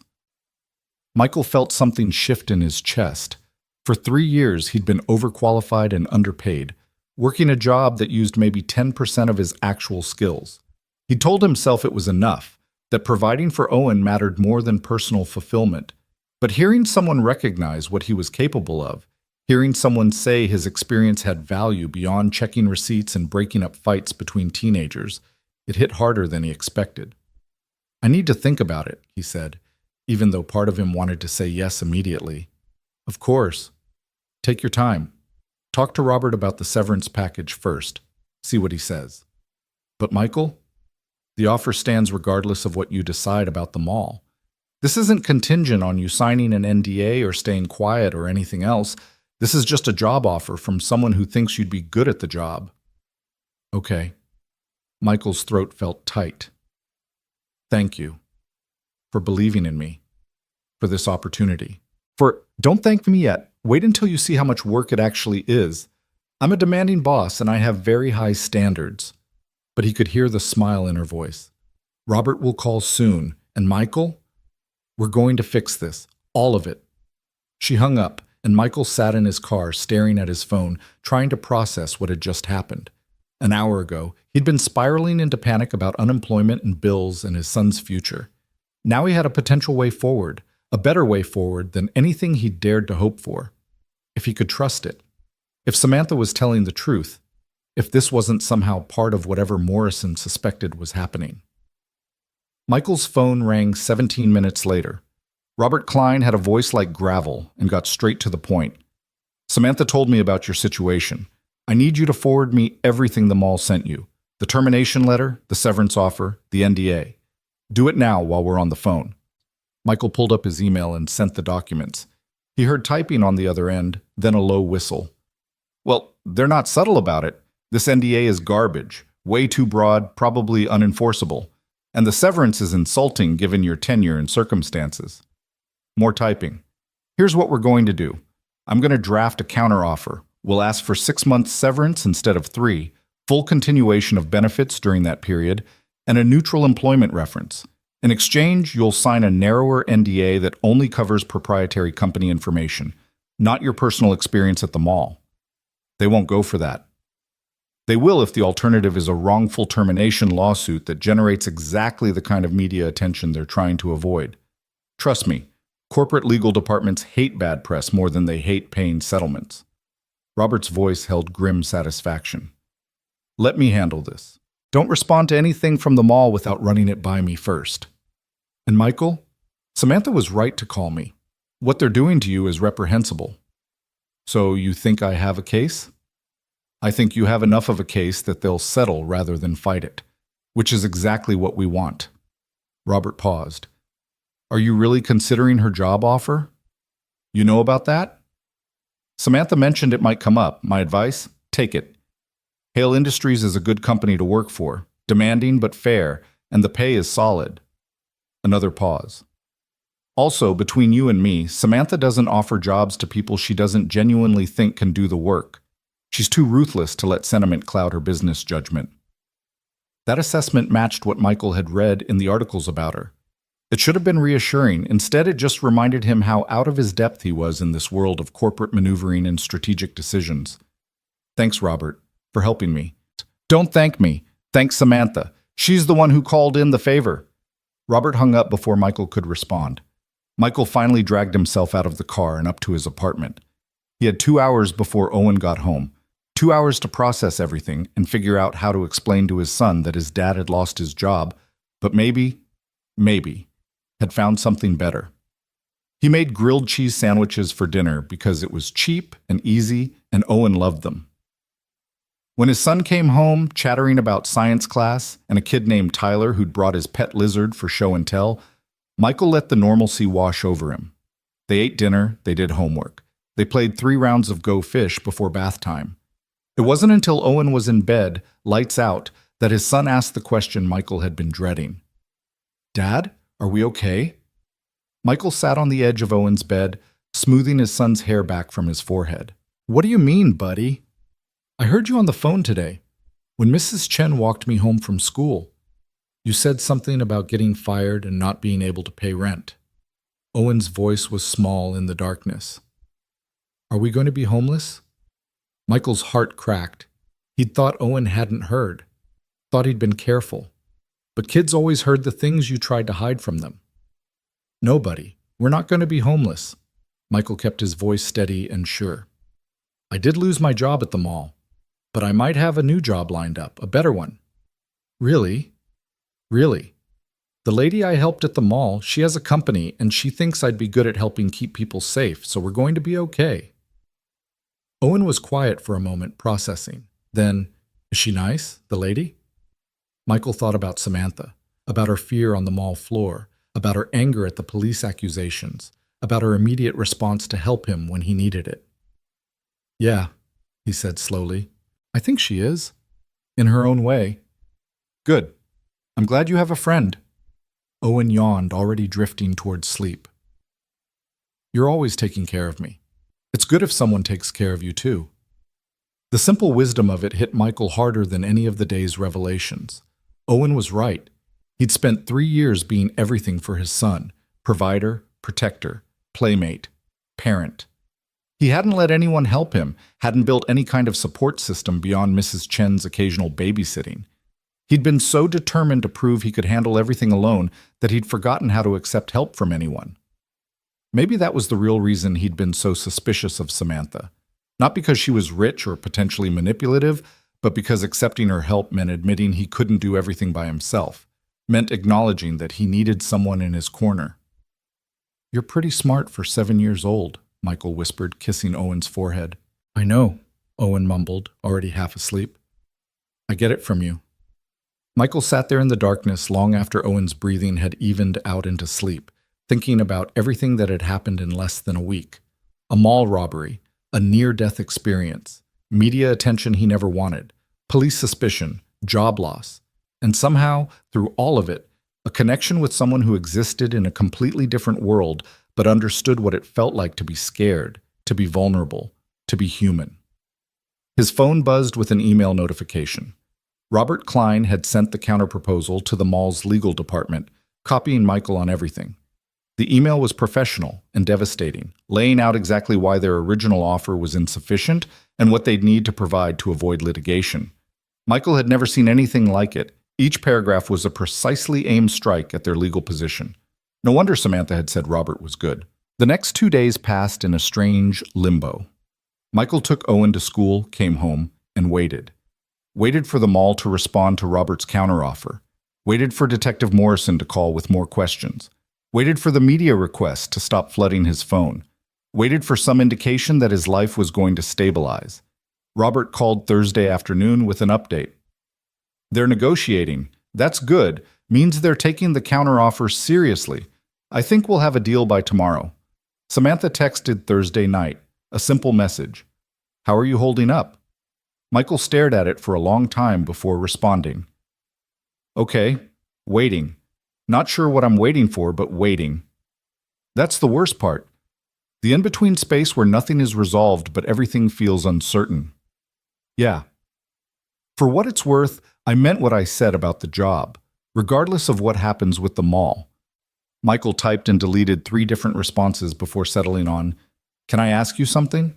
"Of course." "Why does it matter to you? What happens to me? You've done more than enough. You don't owe me anything else." The response took several minutes. When it came, it was longer than her usual texts. "Because when I was lying on that floor, I thought I was going to die. And the last thought I had before you covered me wasn't about my company or my money or my success. It was about my son growing up without a mother, about him remembering me as someone who worked all the time and missed his childhood. And then you saved me, and I got a second chance to be better, to be present, to matter for reasons that have nothing to do with quarterly earnings or market share. So helping you isn't about owing you, it's about being the person I want to be with this second chance." Michael read the message 3 times, feeling something shift in his understanding of Samantha Hale. She wasn't just a billionaire CEO playing games with people's lives. She was a mother who'd faced her own mortality and was trying to figure out what mattered in the aftermath, just like he was. "Thank you for telling me that," he typed back. "It helps." "Good. Now get some sleep. Tomorrow's going to be a big day." She was right. Friday morning, Robert called with news that the mall had accepted their counteroffer. 6 months severance, benefits continuation, and a narrowly focused NDA that wouldn't prevent Michael from talking about his personal experience. All he had to do was sign the agreement, and it would be done. "They caved faster than I expected," Robert said, "which tells me they were more worried about the potential lawsuit than they let on. You could probably have pushed for more, but my recommendation is to take this and move on. 6 months gives you breathing room to find something else." "Or to try something new," Michael said. "So you're taking Samantha's offer?" "I think I am, if it's still available." "Call her," Robert advised. "She'll be happy to hear it." Michael hung up and immediately dialed Samantha's number. She answered instantly, like she'd been waiting for his call. "It's done," he said without preamble. "The mall's settled, and I want to take the job, if you still want me. When can you start?" No hesitation, no second guessing, just immediate acceptance. "Monday?" "Perfect. I'll have HR send you the formal offer letter and benefits package today. You'll need to come in Monday morning to fill out paperwork and meet the team. Dress business casual. We're not formal, but we're not jeans and t-shirts either." She was all business now, her CEO voice firmly in place. "Michael, you won't regret this." "I hope not." "You won't, I promise." After they hung up, Michael sat at his kitchen table with the signed severance agreement in front of him and tried to process the fact that his life had just completely changed direction. A week ago, he'd been a mall security guard barely making ends meet. Now he was about to be a corporate security consultant for a billion-dollar tech company, making more money than he'd ever dreamed possible. It felt surreal, like he'd stepped into someone else's life. Owen came home from school to find Michael cooking a real dinner. Not mac and cheese or hot dogs, but actual chicken and vegetables and rice. His son's eyes went wide. "What's the special occasion?" "I got the new job," Michael said, grinning. "The one with the lady from the mall, starting Monday." Owen whooped and ran to hug Michael's waist. "Does this mean we can get the dinosaur now?" Michael laughed, feeling lighter than he had in days. "You know what? Let's get the dinosaur, and maybe some ice cream to celebrate." They drove to the toy store, the actual toy store, not just the mall kiosk, and let Owen pick out not just the dinosaur he'd been wanting, but a whole set of prehistoric creatures. Michael watched his son's face light up as he examined each figure, carefully reading the information cards and deciding which ones would fight and which ones would be friends. This was what the job was really about. Not the salary or the title or the prestige. It was about being able to say yes when his son asked for a $12 toy. It was about not having to choose between dinner and electricity. It was about building a life where Owen could be a kid without carrying the weight of their financial struggles. At the checkout, Owen clutched his dinosaurs and looked up at Michael with shining eyes. "Thank you, Dad. This is the best day ever." "You're welcome, buddy."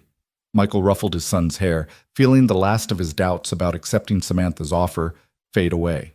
"You know what? I think it might be." They got ice cream after, sitting outside the shop in the spring evening sun, and Michael let himself imagine what the future might look like. A better apartment, maybe with 2 bedrooms so Owen could have his own space. School supplies bought new instead of secondhand. Maybe even a real vacation someday, not just day trips to the local park. For the first time in 3 years, Michael felt like he could breathe, like the constant weight of barely surviving had lifted just enough to let him think about actually living. His phone buzzed with an email from Hale Industries HR. The formal offer letter, complete with salary details, benefits package, and his official title, Senior Security Operations Consultant.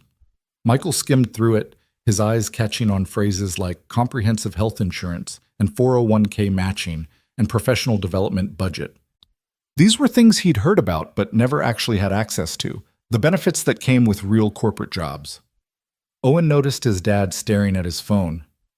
Is that about the new job? Yeah, they sent me all the official paperwork. Are you happy, Dad? Michael looked at his son, at the chocolate ice cream smeared on his chin and the pure joy on his face, and felt something warm expand in his chest. Yeah, buddy, I'm happy.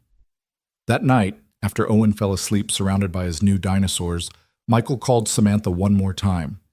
I read through the offer letter, he said when she answered. The benefits package alone is more than I was making annually at the mall. We take care of our people. High standards, but high compensation to match. She paused. Are you getting nervous? Second thoughts? Terrified, actually. I keep thinking I'm going to show up Monday and realize I'm completely out of my depth, that I'm a mall security guard pretending to belong in corporate boardrooms. Good. Good?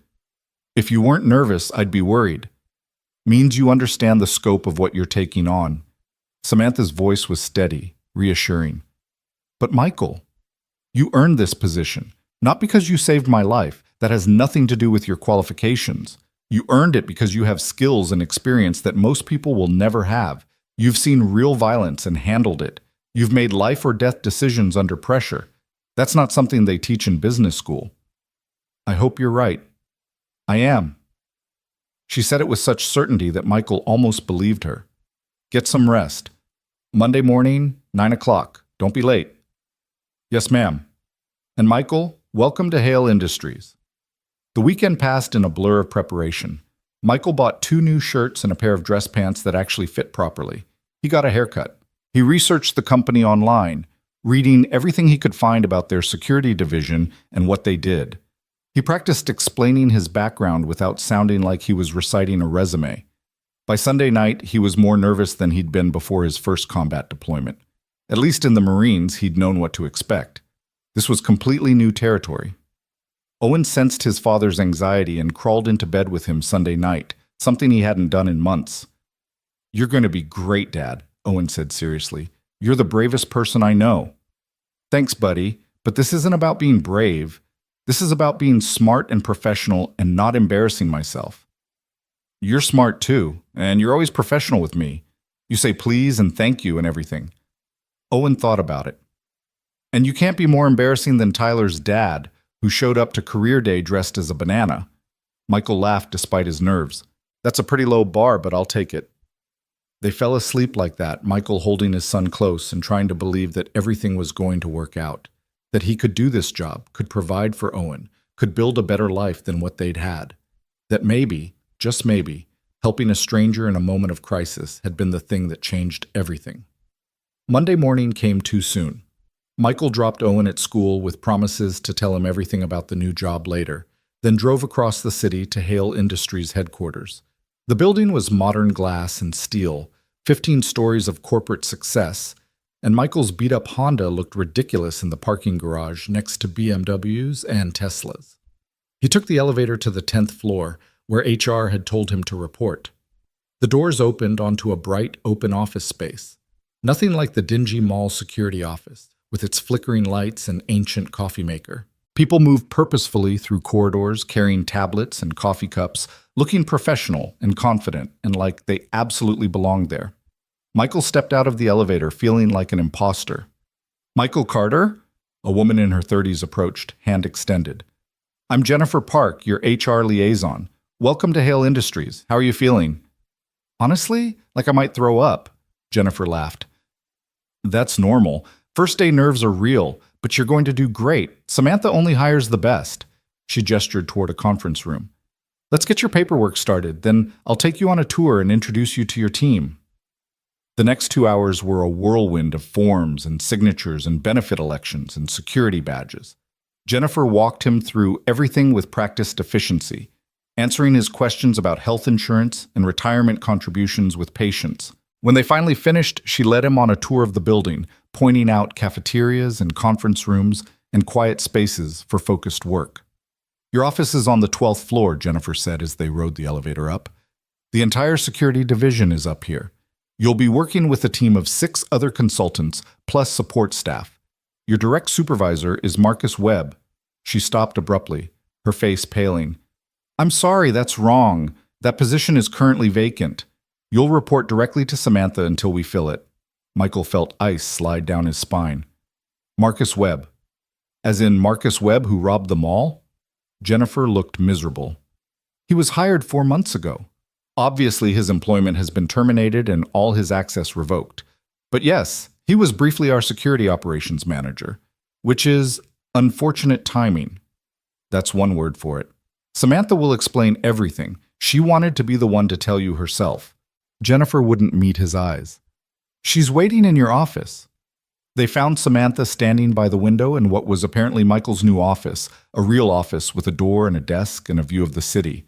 She turned when they entered, and Michael saw the apprehension on her face. "Thank you, Jennifer. I'll take it from here."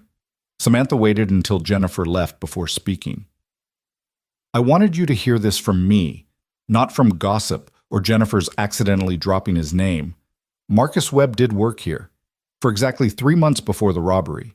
I hired him myself." Michael sat down heavily in his new chair. "The police are going to have a field day with this."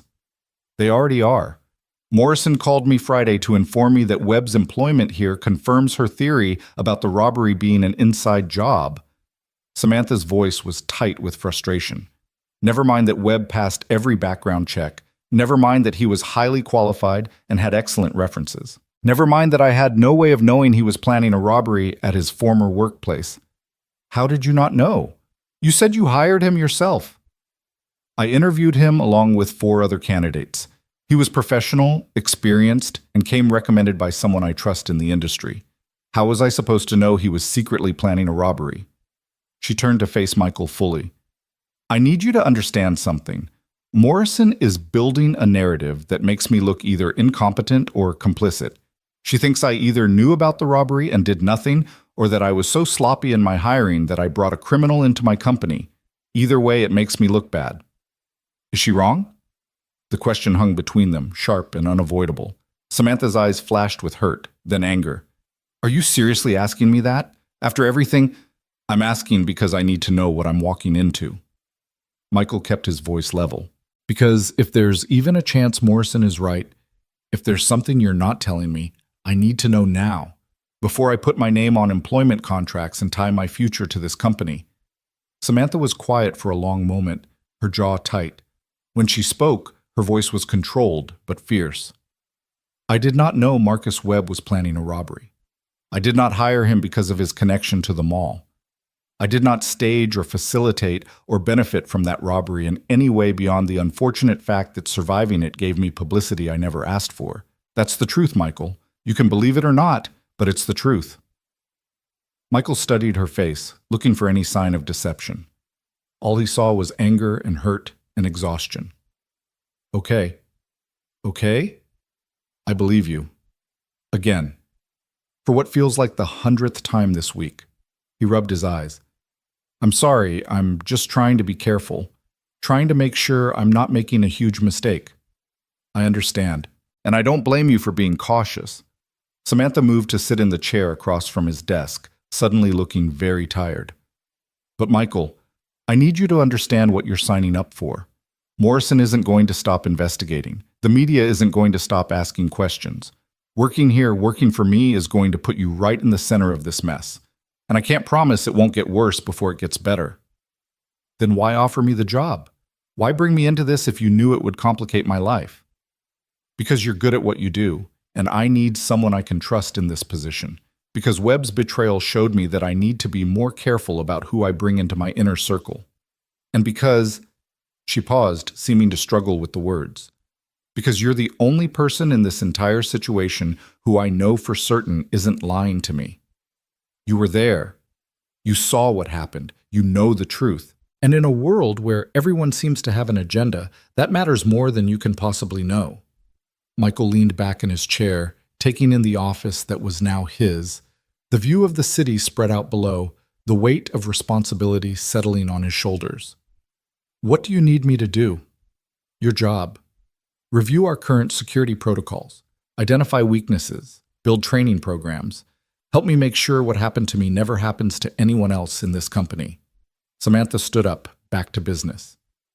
And if Morrison comes asking more questions, you tell her the truth. Don't protect me. Don't lie for me. Just tell her what you saw and what you know. That's it? That's it. She moved toward the door, then stopped. Actually, one more thing. Your team is waiting in the conference room to meet you. Try not to let them see how terrified you are. They're nervous too. They just lost their manager under very dramatic circumstances, and now they're getting a new consultant who's literally famous for surviving the incident that got their old boss arrested. First impressions matter.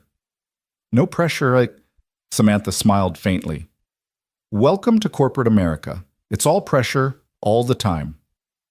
She left, and Michael sat alone in his new office for exactly 30 seconds before standing up, straightening his new shirt, and walking toward the conference room where his new team waited. His heart was pounding. His hands were sweating. Every instinct told him to run, to go back to his simple life where the biggest challenge was dealing with shoplifters, and the biggest decision was whether to buy name brand or generic cereal. But Owen's face flashed through his mind, his son's joy at finally getting that dinosaur, his pride in his dad for landing a real job, his simple faith that everything would work out. Michael pushed open the conference room door and walked in to meet his future. 6 people looked up when Michael entered the conference room, their expressions ranging from curious to skeptical to openly suspicious. He recognized the dynamic immediately, a team that had just lost their leader under scandalous circumstances, now facing an outsider who'd been dropped into a position of authority without earning their trust. He'd seen it in the Marines when new officers were assigned to established units. The key was acknowledging the elephant in the room before it could trample everyone. I'm Michael Carter, he said, standing at the head of the table rather than sitting. And before we go any further, let's address the obvious. Yes, I'm the guy from the mall robbery. Yes, your former manager was one of the people who tried to kill me. And yes, that's incredibly awkward for all of us. A woman in her 40s with short silver hair actually laughed. Well, at least you're direct about it. I learned in the military that dancing around problems just makes them bigger. Michael pulled out a chair but didn't sit yet. Here's what I know. I have no corporate security experience. I don't know your systems, your protocols, or half the technology you probably use daily. What I do have is 7 years as a Force Recon Marine, 3 years keeping people safe in less than ideal circumstances, and a very recent, very visceral reminder of what happens when security fails. The man closest to Michael, late 20s, expensive suit, arms crossed defensively, spoke up. So Samantha hired you because you were in the right place at the right time. That's not exactly a qualification. You're right, it's not. Michael met his gaze steadily. She hired me because when things went wrong, I didn't freeze. I assessed, adapted, and acted. That's what I'm here to bring to this team. Not corporate polish or buzzwords, but practical knowledge about how to keep people alive when the plan falls apart. And you think we don't have that? The man's tone was challenging.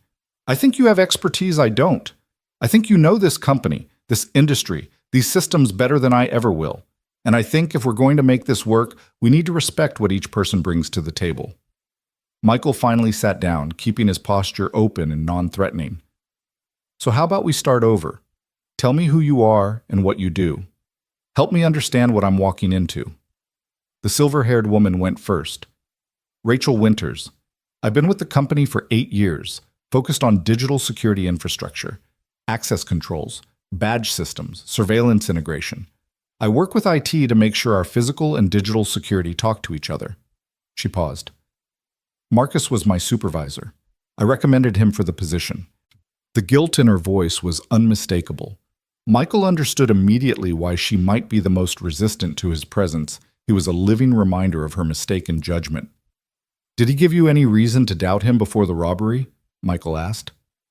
None. He was professional, knowledgeable. easy to work with. Rachel's jaw tightened, which makes me either an idiot or a terrible judge of character. Or it makes him a good liar. Michael kept his voice gentle. People who plan crimes don't advertise their intentions. They blend in. They earn trust. That's not your fault. The defensive man spoke next, his tone slightly less hostile. David Chen. I handle corporate campus security, patrol routes, emergency response protocols, coordination with local law enforcement. Been here 5 years. He didn't apologize for his earlier challenge, but his posture had relaxed slightly. The introductions continued. Lisa Martinez, specialist in executive protection and event security. James Okoye, who managed security for the company's data centers and handled vendor relationships. Sarah Kim, who focused on employee safety training and compliance. And finally, Thomas Reed, the youngest at 24, who was apparently some kind of genius with security technology and predictive threat modeling. We've been operating without a manager for 2 weeks, Rachel said once introductions were complete. Marcus was arrested, his access was revoked, and we've been reporting directly to Samantha while she figured out what to do with the position. Most of us assumed she'd promote from within. She should have, Michael said bluntly. Any one of you has more relevant experience than I do, so why didn't she? David leaned forward. That's what we've been asking ourselves. No offense, but we were expecting someone with corporate security credentials. Someone who understands the business side of what we do. None taken. I'm wondering the same thing. Michael looked around the table. Here's my theory, and you can tell me if I'm wrong. Samantha doesn't just want someone who can build security protocols and manage vendors. She wants someone who understands violence on a visceral level. Someone who's seen what happens when security fails catastrophically and people die. She wants that perspective in the room when you're making decisions. Thomas spoke up for the first time, his voice quiet and thoughtful. After the mall incident, Samantha called an emergency meeting. She was shaken. I've never seen her like that. She kept saying we'd gotten complacent, that we'd been focused on cyber threats and data breaches while ignoring the basic physical dangers that could hurt people. He glanced at Rachel. No offense, but she said our security was designed to protect assets, not people. She wasn't wrong, Rachel admitted. We're good at preventing theft and data loss. But active shooter protocols, hostage situations, we run the same generic training everyone does and hope we never need it. Michael absorbed this, pieces clicking into place. So she wants me to change that, to bring a different perspective to how you think about security. Apparently, David still looked skeptical. But theory and practice are different. No offense, but can you actually do this job? Can you manage a team, work with executives, build comprehensive security programs? Or are you just good in a crisis? It was a fair question, and Michael respected him for asking it directly. Honestly, I don't know. I've never done this job before.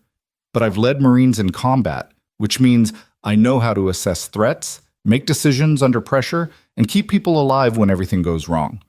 I'm hoping that translates, but I'm going to need help from all of you to learn the parts I don't know. Something shifted in the room's energy. Not quite acceptance, but a crack in the wall of suspicion. Lisa was the one who put it into words. Most people in your position would have come in here trying to prove they deserved the job, acting like they had all the answers. She studied him with sharp eyes. You're doing the opposite. That's either very smart or very naive. Probably both. Michael allowed himself a small smile. Look, I know this situation is weird. I know having me here is a constant reminder of what Marcus did. But I'm here, and we have work to do, so we can either waste time resenting each other or figure out how to work together. I prefer option 2. Rachel stood up and walked to a whiteboard mounted on the wall. Then let's start with what you asked for, helping you understand what you're walking into. She picked up a marker and began sketching an organizational chart. Hale Industries has 15 corporate locations across the country, plus dozens of smaller satellite offices and remote workers. Our security division is responsible for physical security at all corporate locations, executive protection for Samantha and other C-suite executives, emergency response planning, and coordination with local law enforcement. David joined her at the board, adding notes. We also consult on security for major client installations. When Hale Industries builds a data center or cloud infrastructure for a client, they often want us to advise on physical security measures. That's been growing. It's actually where Marcus was supposed to focus most of his attention. Was he working on any active projects before his arrest? Michael asked. The team exchanged glances. James spoke carefully. He was overseeing security design for a new facility in Phoenix. The project's been put on hold pending investigation. The client is understandably nervous about having someone arrested for armed robbery involved in their security planning. Can it be salvaged? If we move fast and demonstrate that Marcus was an aberration, not representative of our team's quality, but we'd need someone to step in as lead consultant, review everything he did, and essentially guarantee the client that the work is sound. Rachel turned to look at Michael. That someone would probably be you. Michael felt the weight of responsibility settle heavier on his shoulders. How much time do we have? Client wants a decision by end of month. Either we resume the project with new leadership or they terminate the contract. It's worth about $3 million in consulting fees plus the potential for future business. David's expression was grim. No pressure. Right, no pressure. Michael stood and walked to the whiteboard, studying the organizational chart and notes. Okay, I need to get up to speed fast. Rachel, can you walk me through our current protocols and systems? David, I want to review emergency response plans for all locations. Lisa, executive protection procedures. I need to understand what's standard versus what needs improvement. James, vendor relationships and data center security. Sarah, training programs and compliance requirements. Thomas, show me your threat modeling system and how we use data to predict security risks. He turned back to face the team. I know that's a lot to dump on you immediately, but I can't lead effectively if I don't understand what we're doing. I'll need a few days to absorb everything, then we'll regroup and figure out how to move forward on the Phoenix project and everything else that's been put on hold. For the first time, Michael saw something like respect in David's eyes. You're serious about this. Dead serious. I might not have corporate experience, but I know how to learn fast and adapt. That's what kept me alive in combat zones. Michael checked his watch. It's 10:30 now. Can we start with an overview of current operations, then break into smaller sessions this afternoon? Rachel nodded slowly. I'll pull up our security management platform. Thomas, can you get the presentation on threat modeling ready for after lunch? As the team began organizing materials and discussing logistics, Michael felt the first stirring of something that might eventually become confidence. They were willing to work with him, even if they weren't sold on him yet. That was enough to start with. The rest of the day passed in a blur of information. Rachel walked him through badge access systems, surveillance networks, and incident reporting protocols. David outlined emergency response plans that seemed comprehensive on paper, but had obvious gaps when Michael asked detailed questions about implementation. Lisa's executive protection procedures were solid, built on industry best practices, but focused heavily on reputation protection and media management, rather than actual physical threat response. By 4 o'clock, Michael's head was spinning with acronyms and systems and protocols. He'd taken notes until his hand cramped, asked questions until he saw the team's initial skepticism shift to something like grudging approval of his thoroughness. One last thing before you go, Rachel said as the team started packing up for the day. Samantha wants to see you in her office at 5. Fair warning. When she calls end-of-day meetings, it usually means something's wrong. Michael's stomach tightened. Any idea what this is about? Could be anything, could be nothing. With Samantha, you never know. Rachel gave him a sympathetic look. Don't take it personally if she's intense. She's brilliant, but demanding. Most people can't handle working directly with her. Good thing I spent 7 years with drill sergeants then. That got a genuine laugh from several team members. David clapped him on the shoulder as he left. You might actually survive this job, Carter. Emphasis on might. Michael spent the 20 minutes before his meeting reviewing his notes and trying not to panic about how much he didn't know. When his phone alarm went off at 4:50, he made his way to the executive floor where Samantha's office occupied a corner with floor-to-ceiling windows and a view that probably cost more than most people's houses. Her assistant waved him through. She's expecting you. Go right in. Samantha was on the phone when Michael entered, gesturing for him to sit while she finished her conversation. He took the opportunity to study her office, surprisingly sparse for a billionaire, with minimal decoration beyond a few photos on her desk.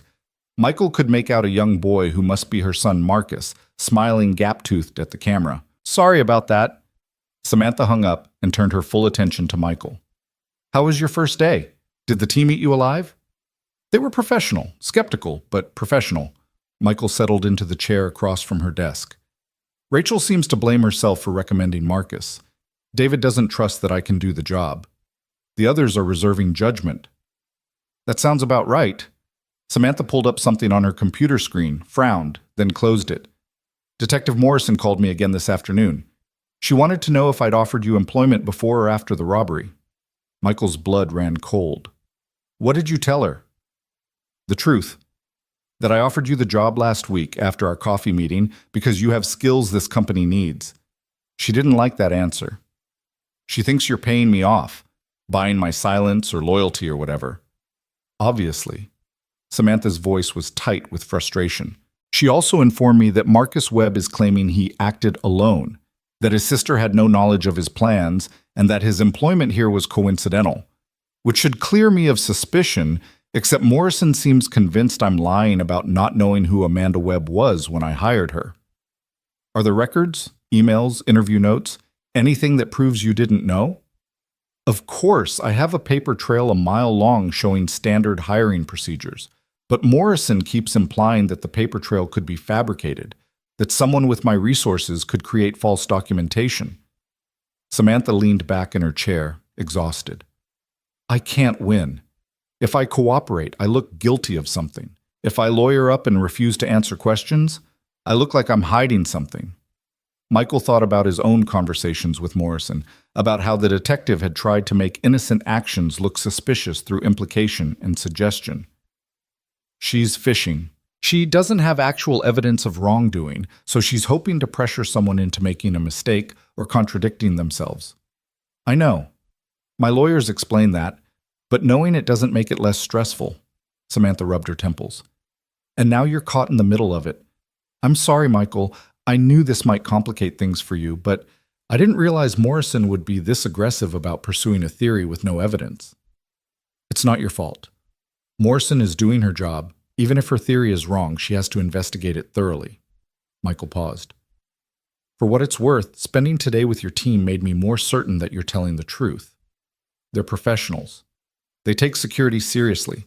If you'd hired Marcus knowing he was planning a robbery, someone would have noticed something off about him. But they didn't, which means he fooled everyone, not just you." Samantha's expression softened. "Thank you for that. I needed to hear it." She pulled up a different file on her computer. "There's another reason I wanted to talk to you. The Phoenix project that's been on hold, the client called today. They're willing to give us 1 week to prove we can deliver without Marcus. They want a new security assessment, a revised timeline, and a meeting with whoever's taking over as lead consultant." "That's me, apparently." "Are you ready for that?" Michael considered lying, considered saying he needed more time to get up to speed. But Samantha had been honest with him, and he owed her the same. "No, but I don't think waiting another week is going to make me significantly more ready, and we can't afford to lose a $3 million contract because I'm still learning the ropes." "So what do you suggest?" "I take point on the client relationship because they need to see new leadership. But Rachel and David come with me. They know the technical details and can back me up when I'm out of my depth. I handle the big picture and threat assessment. They handle implementation and specifics." Samantha smiled. "That's a good plan. Exactly what I was hoping you'd say. You were testing me. I was seeing how you think under pressure, whether you'd try to fake expertise you don't have, or whether you'd build a team to cover your gaps. You chose the right option." She stood up, signaling the meeting was ending. "The client meeting is Thursday in Phoenix. Jennifer will arrange travel for you and whoever you want to bring. Budget isn't an issue. Impress them." "No pressure, right?" "Michael, in this job, there's always pressure.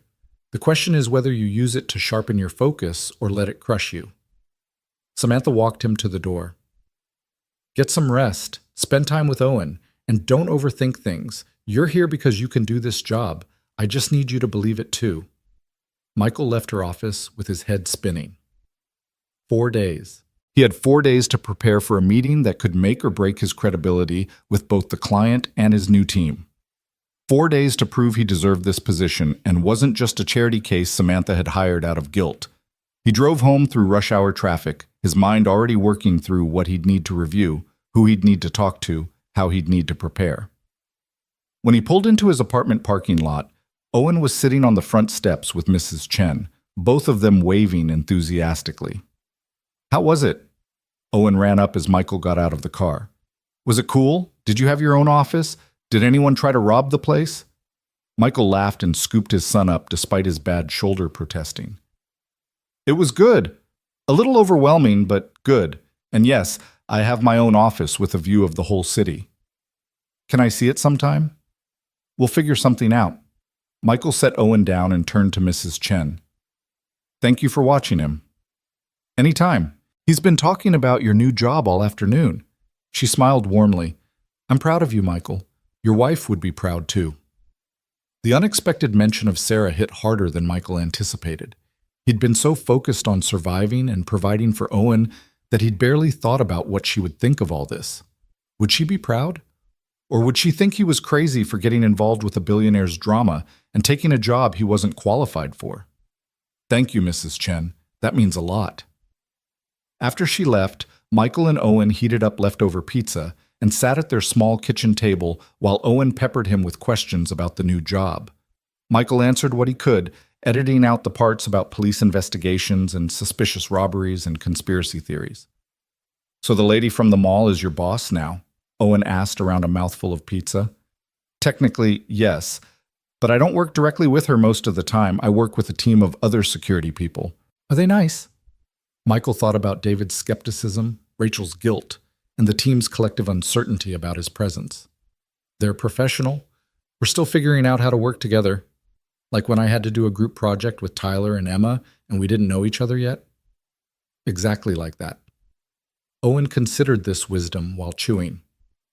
"You should bring them cookies. That's what Grandma Sarah always said. When in doubt, bring cookies."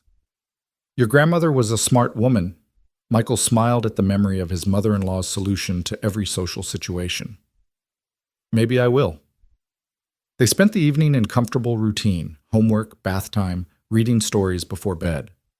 Owen wanted to hear about the mall incident again, processing his trauma through repeated questioning. Michael had learned not to shy away from these conversations, to answer honestly, but age-appropriately. "Were you scared when you ran to help the lady?" Owen asked as Michael tucked him in. "Terrified. But I knew she needed help, and I knew you were safe where I'd left you, so I did what needed to be done. And now she's helping you, because you helped her first."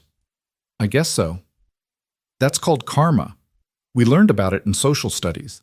When you do good things come back to you." Owen yawned, already drifting toward sleep. "I'm glad you got good karma, Dad. You deserve it."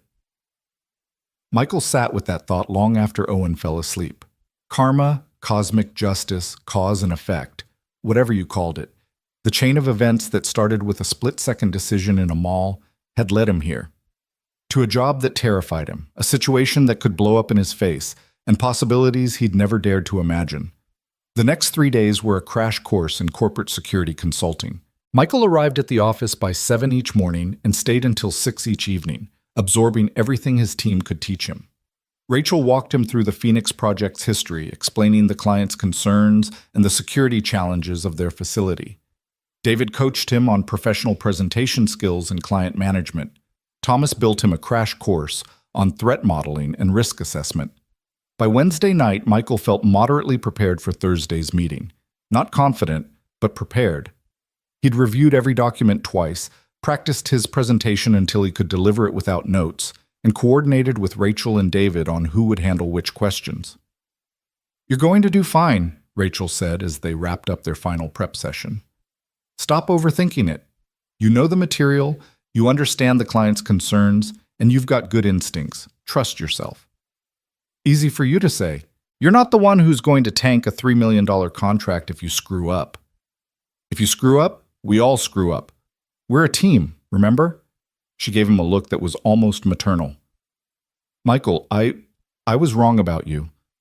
When Samantha first announced she'd hired you, I thought it was a publicity stunt or guilt or something equally stupid.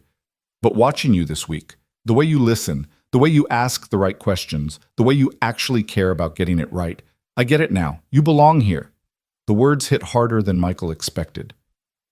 Thank you. That really means a lot.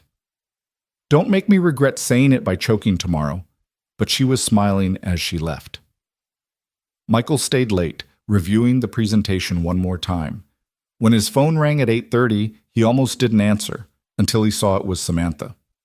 "You're still at the office," she said without preamble. "How did you know?" "Your computer is logged in. I get notifications when anyone accesses the system after 8 p.m. She paused. "Go home, Michael. You're prepared. Staying late and obsessing over details isn't going to help." "How do you know I'm obsessing?" "Because it's what I would do. And you remind me of myself in some ways. The need to prove you deserve to be here. The fear that one mistake will confirm everyone's doubts." Her voice was gentle. "But you've put in the work. You've earned this meeting. Now go home and get some rest so you can do your job tomorrow." Michael saved his work and shut down his computer. "Thank you for believing in me, for giving me this chance. Thank me by landing this client." But he could hear the smile in her voice. "Good luck tomorrow." The flight to Phoenix the next morning was Michael's first time on an airplane since leaving the military. Rachel and David kept the conversation light, sensing his nerves, telling stories about other client meetings and the disasters they'd narrowly avoided. By the time they landed, Michael felt marginally more relaxed. The client was a financial services company building a new regional headquarters. Their CEO, Margaret Richardson, was in her 60s with sharp eyes and no patience for nonsense. She greeted them in a conference room where 3 of her executives waited, all looking skeptical. "I'll be direct," Margaret said once introductions were complete. "We're here because we paid Hale Industries a significant deposit for security consulting that we've yet to receive. Your former project lead is now in jail for armed robbery, which doesn't inspire confidence in your company's judgment. Give me one reason why we shouldn't terminate this contract and hire someone else." Michael had prepared for this. He pulled up his presentation and stood up, meeting Margaret's challenging gaze. Because Marcus Webb fooled everyone. Not just Hale Industries, but his parole board, his references, his background checks, and the jewelry store that originally employed him. If someone is determined to hide their criminal intent, they can do it successfully for a while. What matters is how a company responds when deception is discovered. He clicked to the next slide showing revised security plans. When Webb was arrested, Hale Industries immediately froze all his projects, reviewed all his work, and brought in fresh eyes to verify nothing was compromised. "I've spent the last week examining everything he did for your project. The good news is, his security assessment was actually solid. His criminal activity didn't compromise his professional expertise. The bad news is he didn't complete several critical components before his arrest." "And you're qualified to complete them?" one of the executives asked, his tone suggesting he already knew the answer was no. "I'm qualified to identify security gaps that could get people killed, because I've seen what happens when security fails. I'm not qualified to implement complex digital systems or handle vendor negotiations, which is why I brought Rachel Winters and David Chen. They handle the technical work while I focus on threat assessment and emergency response." Michael moved to the next slide. What Webb couldn't give you, because he never experienced it himself, is insight into how actual violent incidents unfold, how people behave in crisis situations, where theoretical plans break down under pressure. That's what I bring to this project. He spent the next hour walking through a revised security plan that incorporated lessons from the mall incident, active shooter protocols that went beyond generic training, evacuation procedures based on how people actually move during panic, communication systems designed for when primary networks fail. Rachel and David jumped in with technical details and implementation timelines, the 3 of them working as a coordinated team.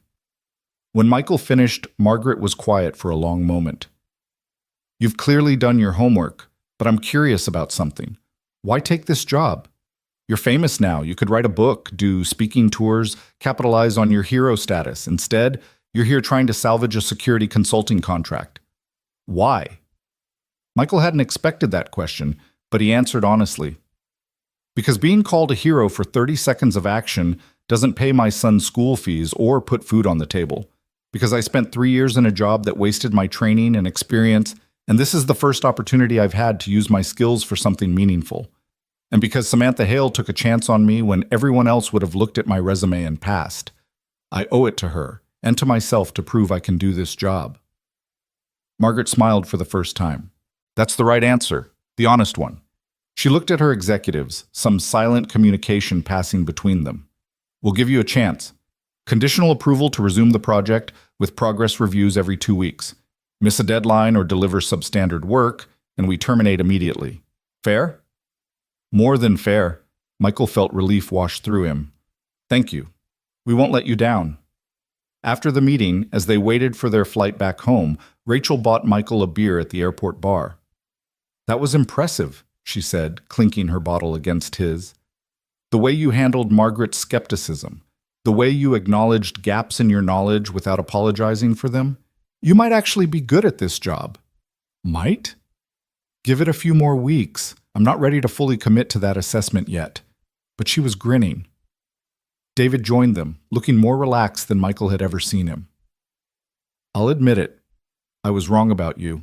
I thought Samantha hired you for PR reasons, but you earned that contract today. That was all you. That was all of us, Michael corrected. I couldn't have done it without you two backing me up on the technical details. True, but you set the tone. You made them trust us again. David raised his beer. To not completely screwing up. I'll drink to that. They flew back to a voicemail from Samantha that was brief but warm. Margaret called. She was impressed. Well done, all of you. Take tomorrow off. You earned it. Michael picked up Owen from Mrs. Chen's that evening, swinging him up in a victory hug. How'd it go? His son asked. We got the contract. The client is happy. The team is happy. Your dad didn't completely embarrass himself. I knew you wouldn't. You're too smart to embarrass yourself. That's a very generous assessment of my intelligence, but I'll take it. They celebrated with pizza again. It was becoming their tradition, and Owen told him about a science project on volcanoes and a girl named Sophie who'd shared her cookies at lunch. Normal, beautiful 7-year-old concerns that had nothing to do with robberies or police investigations or corporate contracts. This was what the job was really for, Michael thought as he listened to his son chatter. Not the money or the title or proving himself. It was for moments like this, where Owen could be a kid without carrying the weight of their struggles, where Michael could be a dad without the constant gnawing anxiety about how to pay next month's bills. The following Monday, Michael arrived at work to find his team gathered in his office looking serious. His first thought was that something had gone wrong with the Phoenix contract, but Rachel's expression wasn't worried. It was conspiratorial. So we talked, she said, and we decided something. This sounds ominous. We want to apologize, David said, for how we treated you the first few days, for being skeptical and making you prove yourself when we should have given you the benefit of the doubt. Michael was genuinely surprised. You had every reason to be skeptical. I was an unknown quantity dropped into a leadership position during a crisis. If anything, you gave me more grace than I deserved. Maybe. But we could have been more welcoming, more supportive. Rachel held out a small gift bag. So this is our way of saying welcome to the team, for real this time.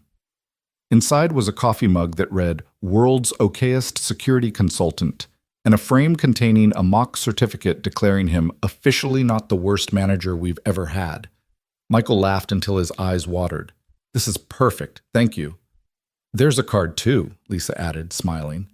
Michael opened the envelope to find a card signed by the entire team, each person adding a personal note. Rachel had written, You remind me why I love this job. David said, Glad to have you on the team, even if you still can't use the coffee maker right. Thomas had drawn a little cartoon of Michael throwing himself over Samantha while screaming, I got this! Even Sarah, who'd barely spoken to him directly, had written, Thank you for bringing a different perspective. We needed it. I don't know what to say, Michael admitted, genuinely touched. Except, thank you. For giving me a chance, for helping me learn, for becoming a real team. Don't get sappy on us, David warned. We still have work to do. Phoenix is just the start. We've got 3 other projects that need attention, a security audit that's overdue, and Samantha wants a complete overhaul of our active threat response protocols. Then let's get to work. The weeks that followed fell into a rhythm. Michael absorbed information like a sponge, learning the corporate side of security while teaching his team the practical realities of crisis response. The Phoenix project progressed smoothly, with Margaret sending positive feedback after each review meeting. Other clients who'd been nervous about working with Hale Industries started calling back, reassured by the new leadership. Detective Morrison continued her investigation, but the calls became less frequent. Without new evidence to support her theory, the case against Samantha went nowhere. Marcus Webb pleaded guilty to armed robbery and was sentenced to 15 years. His sister Amanda resigned from Hale Industries voluntarily and moved to another state. The media moved on to other stories, and slowly the scandal faded into background noise. Michael's life changed in 1,000 small ways. He and Owen moved to a better apartment with 2 bedrooms and a small balcony where they could eat breakfast on weekend mornings. Owen joined a travel soccer team that required fees Michael could now afford. Michael bought clothes that fit and didn't have holes, started a savings account that had more than $50 in it, took Owen to a real dentist for the first time in 2 years. But the biggest change was harder to quantify. For the first time since Sarah died, Michael felt like he was building something instead of just surviving. He had a career, not just a job, a team that respected him, work that mattered. And slowly, carefully, he had a friendship with Samantha that was growing into something deeper. It started small. After-hours calls about work that turned into conversations about their kids, about being single parents, about the loneliness of making every decision alone. Coffee meetings that stretched into lunch because neither wanted the conversation to end. Texts that had nothing to do with business and everything to do with just wanting to connect. 3 months after Michael started at Hale Industries, Samantha invited him and Owen to her house for a barbecue. Her son Marcus was shy at first, but Owen's natural friendliness broke through, and soon they were racing around the backyard like they'd known each other forever. "They're good together," Samantha said, watching them play from the patio where she and Michael sat with drinks. Marcus doesn't make friends easily, but Owen just bulldozed past all his defenses.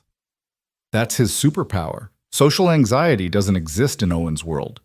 Michael smiled at his son's laughter. "He's been asking about meeting Marcus ever since I told him you had a son too. We should do this more often." Samantha said it casually, but Michael heard the loneliness underneath. "It's good for them to have kids to play with. Good for us to have adult conversation that isn't about work." "I'd like that." They sat in comfortable silence for a while, watching the boys and the sunset painting the sky orange and pink. Finally, Samantha spoke again, her voice quiet. "I never properly thanked you for that day in the mall, for what you did. You've thanked me 100 times, and you gave me a job that changed my life. I think we're even. We're not even close to even." She turned to look at him, and Michael saw something vulnerable in her expression. "You gave me a second chance at life. You reminded me that success isn't measured in stock prices and quarterly reports, and you showed me that letting someone help you isn't weakness. It's being human." "Samantha, let me finish." She took a breath. "When you first started, I told you I hired you because you could do the job. That was true, but it wasn't the whole truth.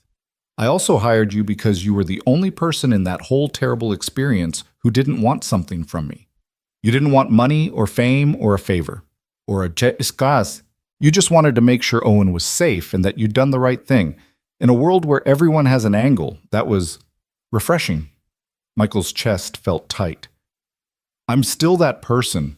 I didn't take this job to get close to you or leverage our connection or any of that." "I know. That's why I'm saying this." Samantha smiled, but her eyes were serious. "I like you, Michael. Not as an employee or as the guy who saved my life, just as a person, as a friend. Maybe as more than a friend if you're open to that possibility." Michael's heart was racing. He'd felt the connection growing between them, but had convinced himself he was imagining it, that someone like Samantha wouldn't be interested in someone like him. "I'm open to it, but I need you to know.